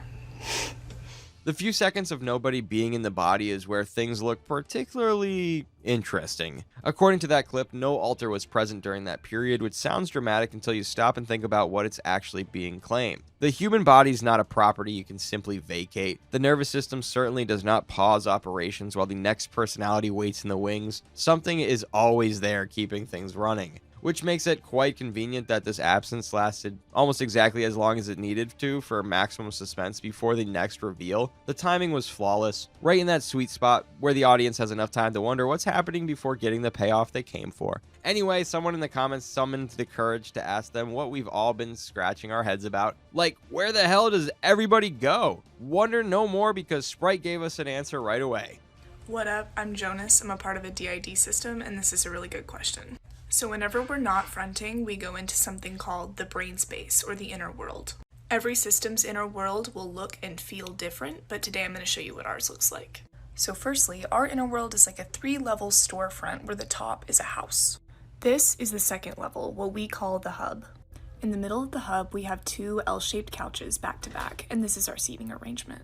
Then we have Cameron's area with his DJ station, Olivia's chair, as well as a bandstand that appears when we're listening to music. Through these 2 openings, we have a bar area that extends this way. And then you'll see here we have the back door, which is guarded by Vang, as well as the front door, which is guarded by Esmeralda, and that is her chair. So going up these is where all of our bedrooms are, and this is how they're laid out. If you go back to the hub and go down these stairs, you'll get to Maria's Cafe and a court. Just wow! Someone in the comments who has great knowledge of DID. Your help is needed. Is this right? Does she even make any sense at all? And this wasn't a one-off thing either. There was one particular video that stood out, partly because it was funny and partly because it was confusing in a way that's hard to categorize. In this video, Jonas, apparently one of the altars, talks about friends giving them iris flowers, which they then planted. Jonas explains that they intended to give those iris flowers to another altar within the Sprite system named Iris. System, and I have a surprise. One of my friends grows irises in their backyard, and so they gave them to me. And one of our altars is named Iris, and we're like kind of together, so I'm gonna surprise her with them. At some point, the flowers got dropped and damaged. So I f***ed up. I dropped the flowers. Jonas then fixes them, places them in a vase, and leaves them in a corner of the room, but then what happened next is enough to crack you up until the end of the year. Iris eventually takes over the body in the most dramatic way and says this. Hi guys, it's Iris. I have not watched any of these videos, but I just saw them. Look, oh my gosh. They're so pretty. I feel so loved, oh my god. Somebody explain what kind of storyline we're watching here, because at this point, the more videos you watch, the more a familiar pattern starts appearing. Whether that consistency came from an extraordinarily predictable presentation or from someone discovering a format that worked and sticking to it is a question people can answer for themselves, but what is harder to ignore is how similar the structure remained from video to video, because real disassociation is generally described as disruptive and unpredictable. It doesn't usually arrive with the same cue, the same setup, and the same reveal every single time. The Sprite company, however, seemed to have a routine, and once you notice it, it becomes difficult to stop noticing it. Now, if you have questions about how much this character switches in a day, wonder no more, because people have the exact same questions, which is reasonable and genuinely a curious one. I mean, who wouldn't want to know? Well, the Sprite company's response was to document an entire day and post it. Hey guys, my name is Jackson and I'm a part of a DID system. A lot of people have been asking how many times we switch per day, so this is a switch log. It's about 10 o'clock, I just woke up, and I'll see you later. On the surface, it sounds exactly like the kind of transparency a genuine person would provide. What up? It's Jonas, and it's 10:30. Hey guys, it's Iris, and it's 11:05. Hey guys, this is Cameron, it's 11:49. Hey, this is Iris again, and it's 12:22. What up? It's Jonas, it's 12:48. Hey, this is Cameron, it's 2:30. What up? This is Jonas, it is 4:09, and we are in heavy traffic. Hi, my name is Jada, it's 4:48, and this is my first time fronting. If you count it all up, that's 10 switches in total, logged and time-stamped, and somehow every single alter knew exactly what time it was, where they were, that the camera was rolling, and seemingly what they were supposed to say. They had no awkward adjustment period, and they stepped into frame with the confidence of someone who had already rehearsed the scene, which becomes especially interesting in Jada's case, because this was supposedly her first time fronting. Yet she arrived looking remarkably comfortable for someone making their documented debut. Hi, my name is Jada. It's 4:48, and this is my first time fronting. Let's stay on Jada for a moment because Jada deserves a closer look. This is an alter who, by the system's own account, had never fronted before, had never been in control of the body, had never used these hands, looked through these eyes, or experienced the outside world in this way. And yet, when Jada arrived, there was no moment of trying to figure out where she was or what was happening. She picked up the phone, introduced herself to the camera, gave her timestamp, and carried on with the confidence of someone who looked less like they were fronting for the first time and more like they had done this routine 100 times already. A lot of the discussion around this moment focused on something fairly obvious. If this was genuinely Jada's first time fronting, then you would expect at least some level of disorientation, because people who actually live with DID often describe first time switches as confusing, overwhelming experiences. You're trying to figure out where you are, what's happening, why you're there, sometimes even basic orientation becomes the immediate priority. Yet Jada moved through the entire process with a level of composure that raised a lot of eyebrows. Digging deeper, I found this video where they introduced the different alters, and apparently Jada's role in the whole of this comedy show is a trauma holder. Like, what are you doing at this point? Something similar happened again, except this time the account somehow managed to make it even more dramatic. Hello, my name is Jackson and I'm the host of a DID system, and today I have a little bit of a more serious video, but it's not bad, so don't worry. So about an hour ago, I fronted to this letter left by a new alter, apparently. You can pause to read. At one point during the sprite's run, Jackson fronted and discovered a letter from a brand new alter. According to Jackson, the message was essentially, "I don't know where I am, I'm scared, I don't understand what's happening," and Jackson's response to this discovery was to write a manual. For new alters, complete with explanations about DID, explanations about alters, information about the host, and a full breakdown of everyone currently in the system, you could basically call it an orientation packet, the kind of thing you normally receive on your first day at a new job. Except this wasn't a new employee. This was supposedly a frightened alter who had just arrived with no idea what was going on, and Jackson wasn't even finished there. He planned to print it. So I decided to write this, which I will eventually print out into a new alter manual.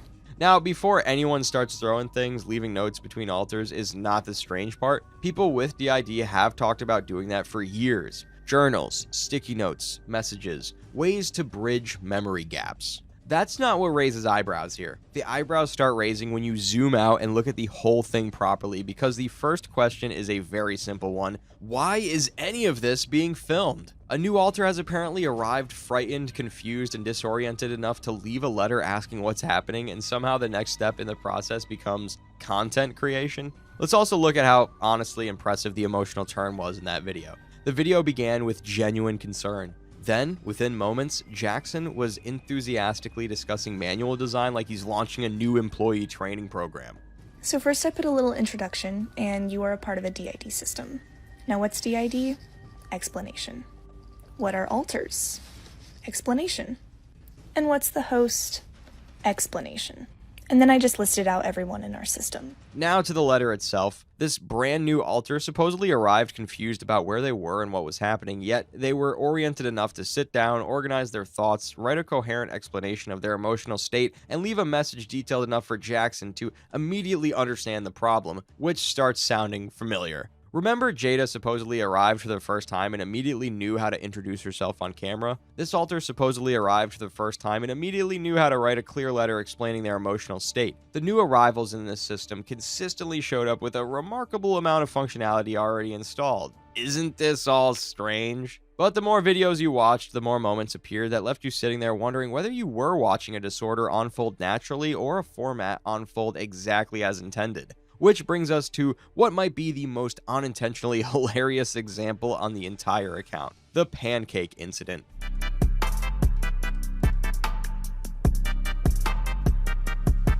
Jonas wanted to do something nice for Iris, so he made her pancakes. He plated them up, sat down at the table, closed his eyes, and then Iris spawned in.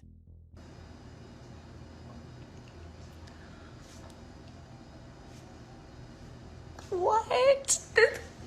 This is so cute. Oh my gosh.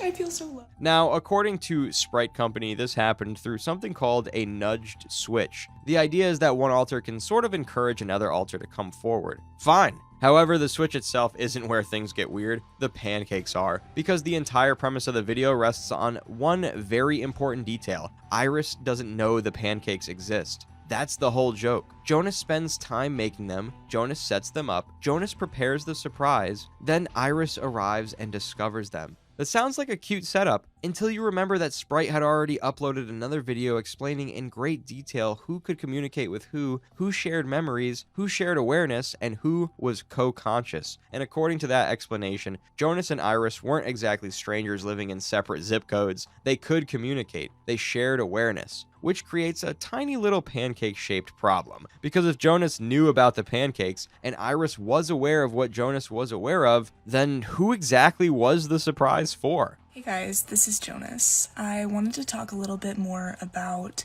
dissociative amnesia and how it affects us as a system. So as a recap, dissociative amnesia is where memories are not fully relayed between alters. In our system in particular, this really has to do with the communication of the alters that are in at that present moment. I personally have pretty good communication with Jackson, and usually when he or I are fronting, we're going to be somewhat co-conscious. Because of this, usually I can remember most of what Jackson does, and he can remember most of what I do.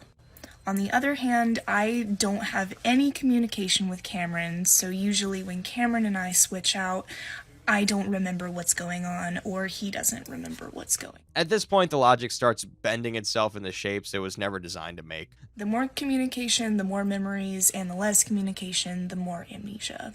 I hope that makes sense. The account wanted Jonas and Iris connected enough to communicate when the explanation required it, but separated enough to preserve the surprise when the pancakes required it. At that point, keeping everything consistent starts becoming difficult, because if they share awareness, the surprise doesn't really work, and if they don't share awareness, then parts of the earlier explanation start wobbling. The rules seemed to shift depending on what the video needed at that particular moment. Whatever was happening, the timing was remarkably convenient. The pancakes, meanwhile, looked excellent, which in fairness, makes them one of the least controversial things in the entire video. Now, the pancakes were strange, obviously, but the toothbrush's plot hole had stranger things looking like child's play. Because while the pancake situation at least involved a sequence of events that required several explanations to unpack, the toothbrush situation managed to raise questions immediately. Hello, my name is Jackson. I'm the host of the DID system, and today we're going on a trip.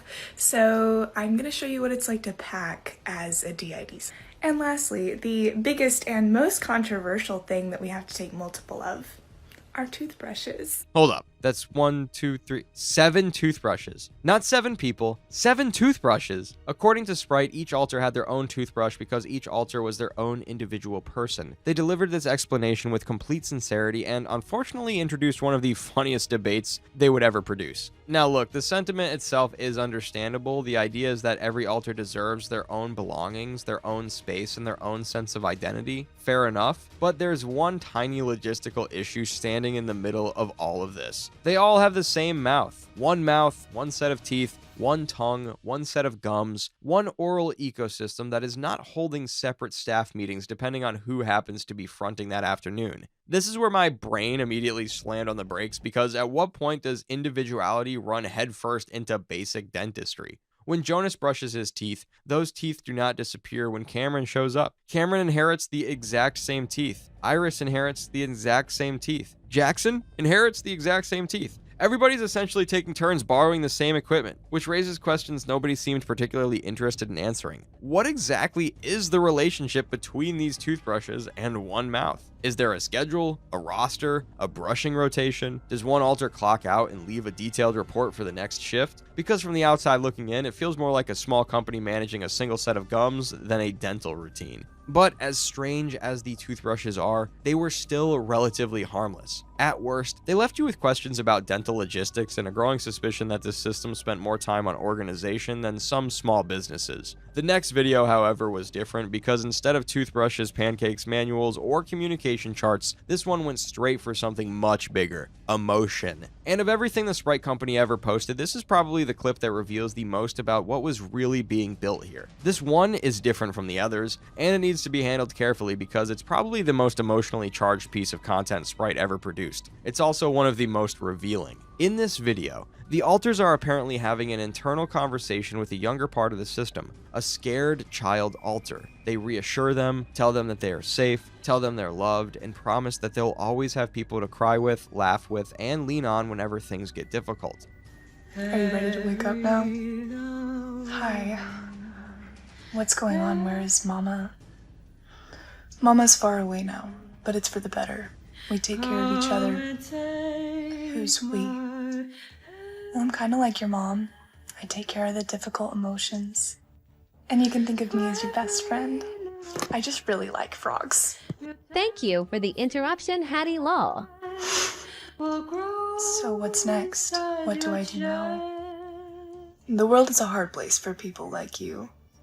But you don't have to go through it alone. And to be fair, if you watch the clip calmly, it does some kind of work. If this were the first Sprite Company video someone ever stumbled across, there's a good chance they would walk away feeling genuinely moved by it. The issue is that by this point, we've already spent a long time looking at how this account presents itself, and once you have that context, the video starts feeling more like a scene that's been polished until every rough edge has disappeared, because everything is so neat. But then things got even more interesting. While digging through old discussions surrounding the Sprite Company, we came across a Reddit comment that raised a few eyebrows. The comment was posted by a user named ExpressDog9460, who claimed to have known Jillian personally, or at least as personally as two people can know each other through months of online conversations. According to them, they had created a group chat for people recovering from eating disorders. One day, another member of the group asked if they could add a friend from college who was also struggling with food-related issues. That friend, according to the commenter, was Jillian, and here's where things get interesting. The commenter claims they interacted with Jillian for months through texts, group chats, and FaceTime calls, all without knowing anything about the DID content that would later make the Sprite Company infamous online. In fact, they say they only learned about the DID side of things after stumbling across one of Jillian's videos on TikTok. Now, obviously, this is just a Reddit comment. We cannot independently verify any of it, but if the story is true, it truly says a lot, and that alone makes the comment difficult to ignore. Now, let's roll things back for a second because we spent all this time picking apart the Sprite system and the endless pile of lore, but we haven't really talked about the timeline, and the timeline is where things start getting interesting.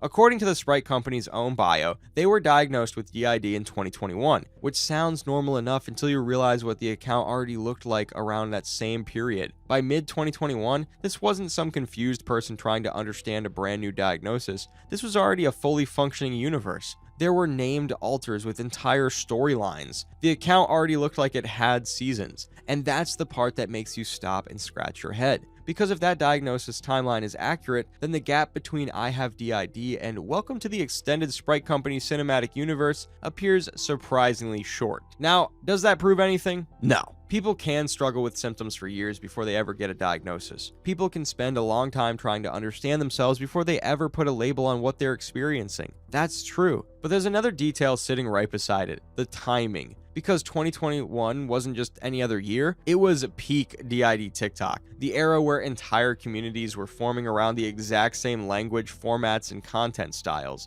And right in the middle of all that, the Sprite Company showed up, already looking like it had been running for a while. But almost as suddenly as it appeared, the Sprite Company vanished. There was no warning, no farewell from Jackson, no goodbye from Jonas, not even a final vlog from Iris. Just the content stopped, the account went quiet, and the Sprite Company set their account to private. And everyone who had been watching was left with no explanation for where any of them went. Naturally, people started filling in the blanks themselves. Some believed the account disappeared because of the criticism, others believed it was because the trend died, the attention moved somewhere else, and when the attention moved, so did the Sprite Company. Both explanations are completely reasonable, both could be true at the same time, and somehow neither of them is satisfying because the account never confirmed either one. The Sprite Company just closed the tab and left the toothbrushes.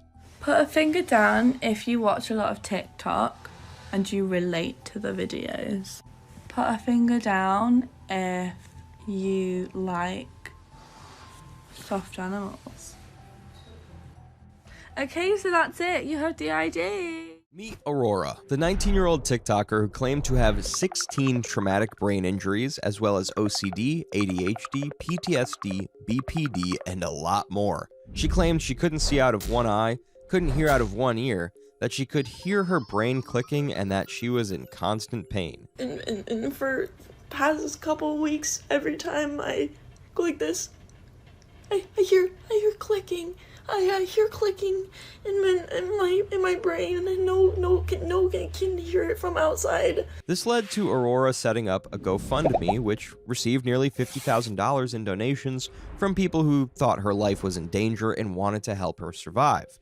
However, at the same time, she was posting constantly, hanging upside down from ceilings and pulling off crazy stunts on skateboard ramps. She couldn't keep her story straight, from telling everyone that her brain was sitting diagonally in her head to saying that she underwent brain repositioning surgery.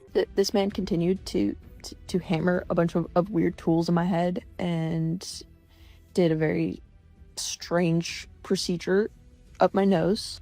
He essentially said that it was going to properly reposition my brain. The claims continued to get crazier and crazier until the whole thing came crashing down. Here's how it happened. Aurora Rory Lee is a skateboarding, high-flying TikToker who rose to prominence around 2024. At the time, it was her stunts rather than her brain injuries which were the center of her channel. Aurora was quite the daredevil, backflipping into pools, swinging upside down by hanging her feet, and even skateboarding upside down without a helmet on. Make her disappear just like poof, then she's gone. Addicted, don't know what the fuck I'm on. And there's nothing wrong with a little extreme fun, but with the claims and medical conditions she would go on to make her channel about, this hobby makes zero sense. At the time, however, she did have a compelling response for people who were worried about her safety.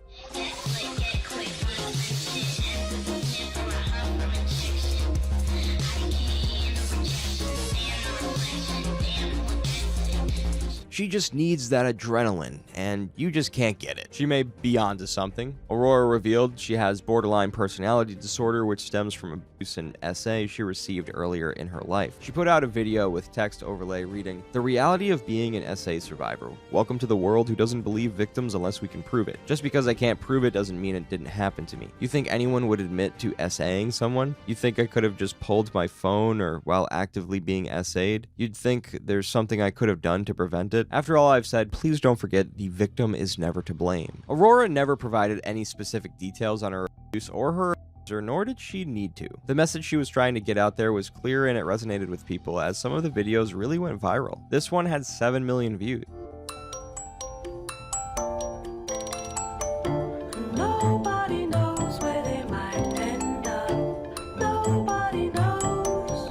She also explained the link between her BPD and her abuse in another post where she says, "On romanticizing BPD. Welcome to the life of being abused to the point of it disordering your personality. Just because we feel things 100 times more intense doesn't make our feelings any less valid. You're demonizing our overreactions when our brains were incorrectly wired due to excessive trauma. You think I want to constantly feel like someone's dying over the smallest inconvenience? But after all I've said, please don't forget, every borderline has been traumatized beyond belief. Take it slow. Wait for us to tell you the truth about our experiences." The importance of her statement is somewhat undermined by her swinging upside down as she desperately tries to fit the message into the rhyming scheme of 21 Pilots' Heathens. Nevertheless, what she says is correct, as there is an undeniable link between abuse and BPD amongst the majority of people diagnosed with the condition. The problem here, however, was the fact that Aurora would later go wild with the details of her mental illness, self-diagnosing herself, and coming to conclusions that were harmful, behavior that was picked up on by other creators. Mental health stuff. She was posting a lot about her BPD diagnosis, which she has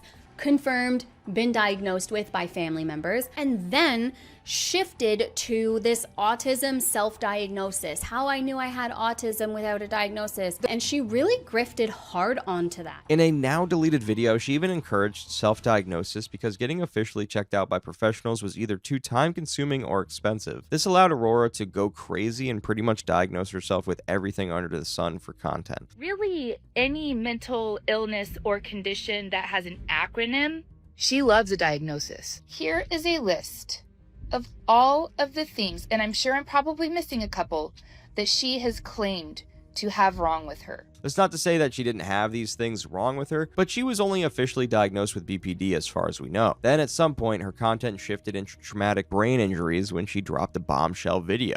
It's Aurora. I'm 19. I've survived 16 traumatic brain injuries, and I'm alone, and I'm going to be homeless in less than a week. There's been a lot of times I didn't think I was gonna make it, but it has never gotten this bad. I'm facing extreme symptoms. I'm currently moving out of my apartment. The stammering seemed to have come out of nowhere, and 16 traumatic brain injuries was about 15 to 16 too many for most people. It was hard not to feel any pity for her, as she goes on to mention that she was completely alone. My apartment, I'm completely by myself. I don't have family or any kind of support system. I have to have all a part of everything in my apartment out and clean, and it hurts for me to have my head even in upright positions. I'm struggling to just do the most of the basic things that you need to survive. I can breathe fully. It's not my lungs. I can take full deep breaths. It doesn't feel like I'm getting enough oxygen. I don't know how to explain. And according to her, these brain injuries were so bad that it was causing her physical pain in other areas of her body. Some of the symptoms were even manifesting every 5 to 10 seconds. She was apparently even having trouble with her vision as the injuries were affecting her eyes. She also claimed an unusual liquid occasionally streams down her nose, which burns her severely. And finally, she stated that a family friend had bailed on her and that she was completely stranded. The text on screen read, "This is the hardest video I've ever made and posted online. No one knows the severity of what I'm struggling with. I live alone without any support system, and I've genuinely never been more terrified for my life. Be kind. As humans, we are not capable of comprehending what it's like to be someone else, and this isn't the reality of what I'm living with. I'm not fake or exaggerating anything. I've had a lot of brain damage and trauma. No one has any idea what it's to be me. My symptoms are rapidly worsening. I've had multiple seizures, clear poisonous salty metal tasting liquid falling out of the right side of my nose, trouble swallowing, seeing and hearing, passing out frequently, don't feel like I get enough oxygen to body, clicking in brain when trying to pressurize my jaw. If you're able to hero immediately, here's my Venmo, Cash App, and PayPal while I wait for everything else to process. I'm doing this alone and running out of time." Not long after this, a GoFundMe was set up in her name. We'll go on to read the details of that page in a minute, but it's important to point out that the overwhelming majority of the internet were feeling nothing but pity at this point and were ready to help or donate to a young person who appeared to be dealing with unprecedented health conditions. There were skeptics, of course. 16 traumatic brain injuries at age 19 is insane, so it's worth checking out how she got to this point. According to her, she was just weeks old when she got the very first one as a baby. I obviously don't remember this, so I'm just telling you this based off of what my parents have told me. But basically, they left me in like a car seat on top of like a really high bar top counter, and no one was supervising me. They left the room with me in the car seat thinking I'd be chilling, squishy baby brain, and I would be fine as long as I didn't get any more traumatic brain injuries. This is a picture of what I looked like when that first happened.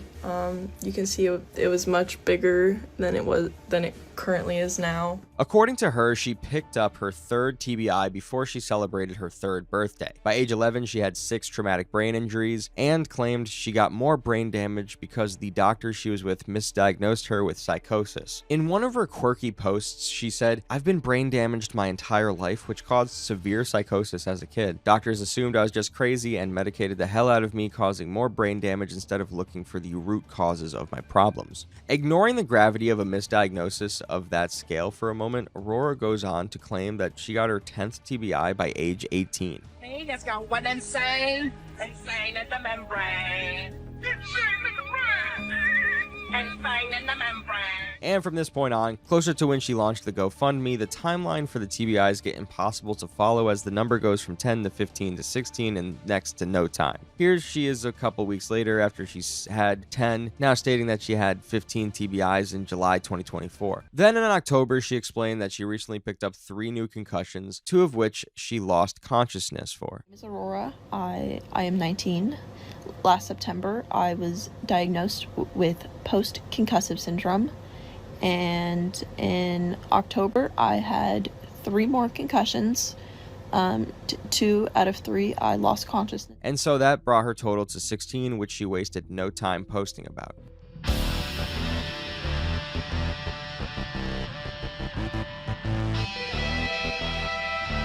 She went on to add in a different video, "Feels like I'm trapped in some sort of nightmare haze. My symptoms fluctuate faster than I can think. I stopped trying to understand. I'm in constant pain. That I've detached so far from my body I don't feel real at all. Time keeps moving, but I'm not in it. And the reflection staring back at me doesn't feel like mine." She also provided a breakdown of all the different types of brain injuries she's had in a video from July 2024, where she said, "I've cracked my head open twice, had at least 12 concussions, and shattered 2 windows with me noggin." Which of course perfectly adds up to 16 even, though she said she only had 15 at the time and wouldn't pick up the 16th until October 2024. But never mind trying to follow that insane timeline. What was most disturbing was the fact that she kept making these videos where she's doing insane stunts, hanging upside down from ceilings and metal pipes, as she informed us of how brain damaged she was. In one video, she even described herself as quantumly immortal. It's obviously meant to be a joke, but the question is, what's so funny about it? Remember she made a video talking about how she couldn't see out of one eye, couldn't hear out of one ear, how her brain was clicking, and how she was in constant pain? The reason why that video went viral was because Aurora described debilitating symptoms that would more closely resemble those belonging to a person with that many traumatic brain injuries. But outside of that particular video, Aurora seemed a lot better, but continued to make videos talking about how close to death she was. "My doctor said I would cease to exist if I got another TBI. That was at least 6 TBIs ago." Aurora seemed desperate to sell herself as some sort of miracle survivor, which made sense when you consider that most people with multiple TBIs suffer crippling symptoms that and are even in a vegetative state. The average seasoned pro footballer doesn't get as many as Aurora claims to have, and anyone who does is barely functional. This is why so many were willing to donate to her GoFundMe in spite of these dodgy videos. The GoFundMe page, titled "I'm 19, brain damaged, alone, and out of time," had the following description: "I can't think straight right now. I'm in so much pain, but I really need to say thank you to everyone. I don't even know a way to properly express how grateful I am that feels good enough. This passed the goal, and I never thought it would. I'm not raising it again. I don't even know how to process it. I am just beyond thankful for all of the support and kindness you all have been showing me. I also feel I need to say this. Nobody knows what's happening to me but me. Not my family, not anyone from high school, people claiming to be my friends, and certainly not randoms online pretending they know the truth. I don't talk to anyone in my family. I have no one helping me. I've been doing this alone. People don't see the seizures, the blackouts, the unbearable pressure in my head, or the clicking sound my brain makes when I try to push my jaw forward to relieve it. They don't see the days I can't speak, can't think, can't function. If you have any questions, please ask me. I'm an honest person and have no problems clarifying any questions or concerns you may have, but please don't make assumptions and spread lies. I'm not faking or exaggerating anything. I made this because I had no other option. I just want to live somewhere safe and finally get proper treatment to figure out what's wrong with me. I don't want a life of luxury. I just want my health and some stability. Thank you to everyone who's supported me. I'm still here because of you. All records and documentation have been submitted. I've followed every step exactly as asked. I'm trusting the platform to handle this responsibly because my life depends on it. Aurora." The GoFundMe campaign raised $47,000, and the funds were apparently meant to cover almost $30,000 of medical debt, as well as her car insurance and a move to a new apartment. This was one of the last updates she put on the page, and the defensive language in there was due to the fact that her story was beginning to come under intense scrutiny. This was because there was no consistency in her videos. Sometimes you would get one where she's talking about the possibility of having brain cancer. The entire universe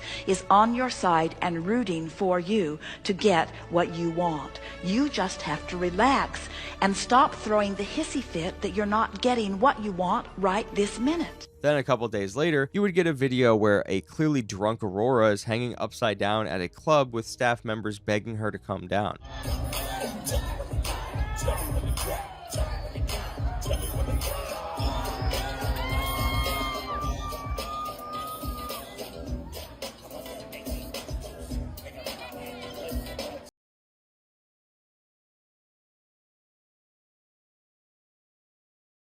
There's just no way any doctors would let their patient with multiple brain injuries do any of this, especially one who claims to be suffering with debilitating symptoms and is having literal cancer scares. All of this was insane and impossible to justify. One concerned follower even tried to suggest that this may have been an older video she had in her drafts, because there's no way the current Aurora, who's one TBI away from death, would be doing any of that, and she responded saying, I'm not doing very good, but this isn't a draft. This was a couple days ago. Absolutely nuts. This unfortunately led Aurora down the road of making even more audacious claims to back up the audacious claims that she hasn't been able to prove, like stating that medical facilities around her lack the proper testing and personnel to adequately diagnose her. ER doctors listed differential includes, but is not limited to, intracranial injury, spinal injury, intrathoracic injury, intra-abdominal injury, solid organ injury, hollow organ injury, seizure, neurovascular injury, orthopedic MSK injury, electrolyte abnormality as differentials, but they don't have proper resources or testing to give me a full definitive answer, which is why I'm now waiting on a call this week to finally see a real neurologist. The chances of an ER not having the capabilities to run life-saving neural tests is slim to none, as many were quick to point out, and this was a predicament she was in because she apparently had a seizure and blacked out for over 4 hours. Had another seizure out of nowhere the other day around 6 p.m. Woke up at 10:30 in the hospital with no memory of how I got there. Blood pressure dropped from 127 to 99 to 88/55, and kidney function crashed from 97/69 in 4 days. Still leaking salty water, looking fluid from my nose and out one of ear, losing vision in my left eye, and my brain feels like it's on fire 24/7. Finally got my first PCP, so hoping I get into a neurologist, neurosurgeon by end of the week. And then Aurora had this bizarre meltdown where she appeared to be accusing lab workers of stealing and destroying her medical records for some reason. On the screen, as usual, she added some extra context through text. LabCorp took 10 plus vials of my blood, then called to say they're throwing it all away. No tests being run. They made copies of my medical records without my consent, refused to give me back my lab paperwork, and tried to shred it in front of me. I left that lab violently sick. This is medical abuse. They are not medical records because we haven't processed anything. Hello? You didn't even do anything for me. These medical records are from another provider. It's a little difficult to make any definitive conclusions from that interaction, but it really does seem like they're trying to get rid of a defunct data from a provider that's no longer operational. You can maybe feel some empathy for Aurora, as it can be scary and dehumanizing not knowing how your medical records are being processed or what's being done to them, but this wasn't the scandal she thought it was at the time. And people pointing this out, as well as any other criticism of her inconsistent behavior, were met with defensive responses like this. No matter how much you think you know me, there will always be parts of my story that are for me and me only. That's kind of the point. You never know everything, even when you think you might. These responses start out reasonable, but soon become snarky and impatient. Like here when she says people only hate the quote-unquote perception of her rather than the reality. Reality, however, was catching up with her. The chronically ill community was beginning to lose their patience with Aurora as her story continued to get more crooked. At some point, she stated that she only had 30% of her brain's functionality. Seemed to appear. He said that I had an access to a maximum of 30% of my brain's full functioning capability. And people correctly pointed out that a person in that state would be a vegetable, or at least seriously and physically disabled. That's almost the clinical definition of being brain dead, which is a term she has used to define herself in the past and got immediately called out for it. When she saw that criticism, she responded saying, "Some people twisted that into me claiming I was brain dead or using that for attention. That was never what I meant. I understand that term carries serious weight, and I would never joke about it or take it lightly, especially knowing how many people have lost loved ones to that kind of trauma. I was just trying to make sense of what a doctor told me. That's it. I've never claimed to know everything, and I've never once tried to disrespect anyone else's experience. I'm just trying to survive mine." Apparently, Aurora's doctors told her all sorts of crazy stuff, like how her brain was sitting diagonally and pressed up against her skull. Thought I would talk to again, and I was connected to this provider that claimed to be some world-renowned brain doctor. I trusted him.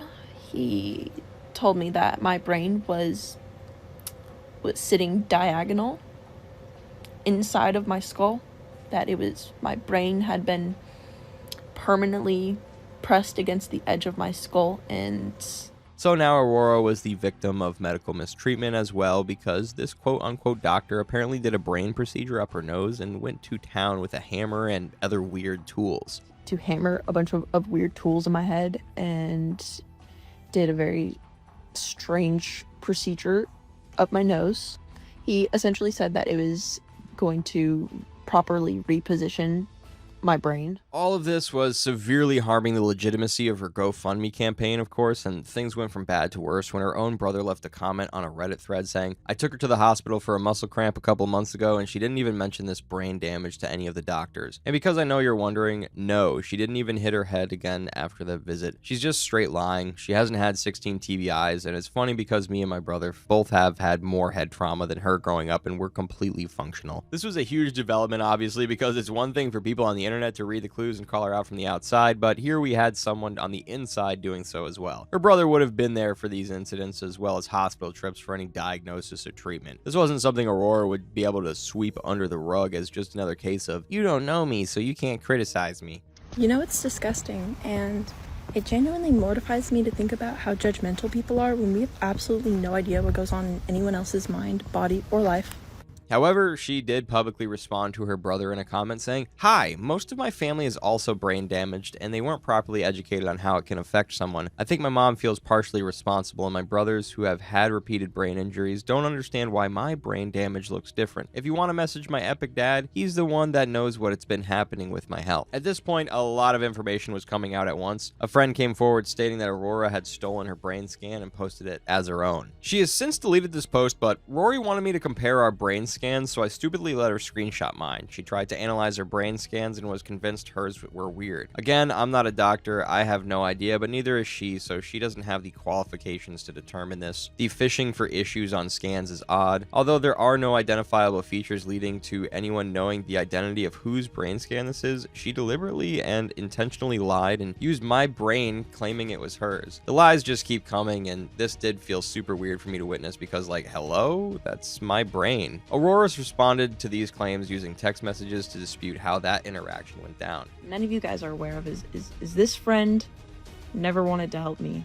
She just convinced me that she did so she could take my social security number, the front and back of my driver's license, and a whole bunch of my personal and medical documentation. You can see just out of nowhere, bro just sent me this is my CT scan. You see my brain is chilling and not sagging if you want a reference.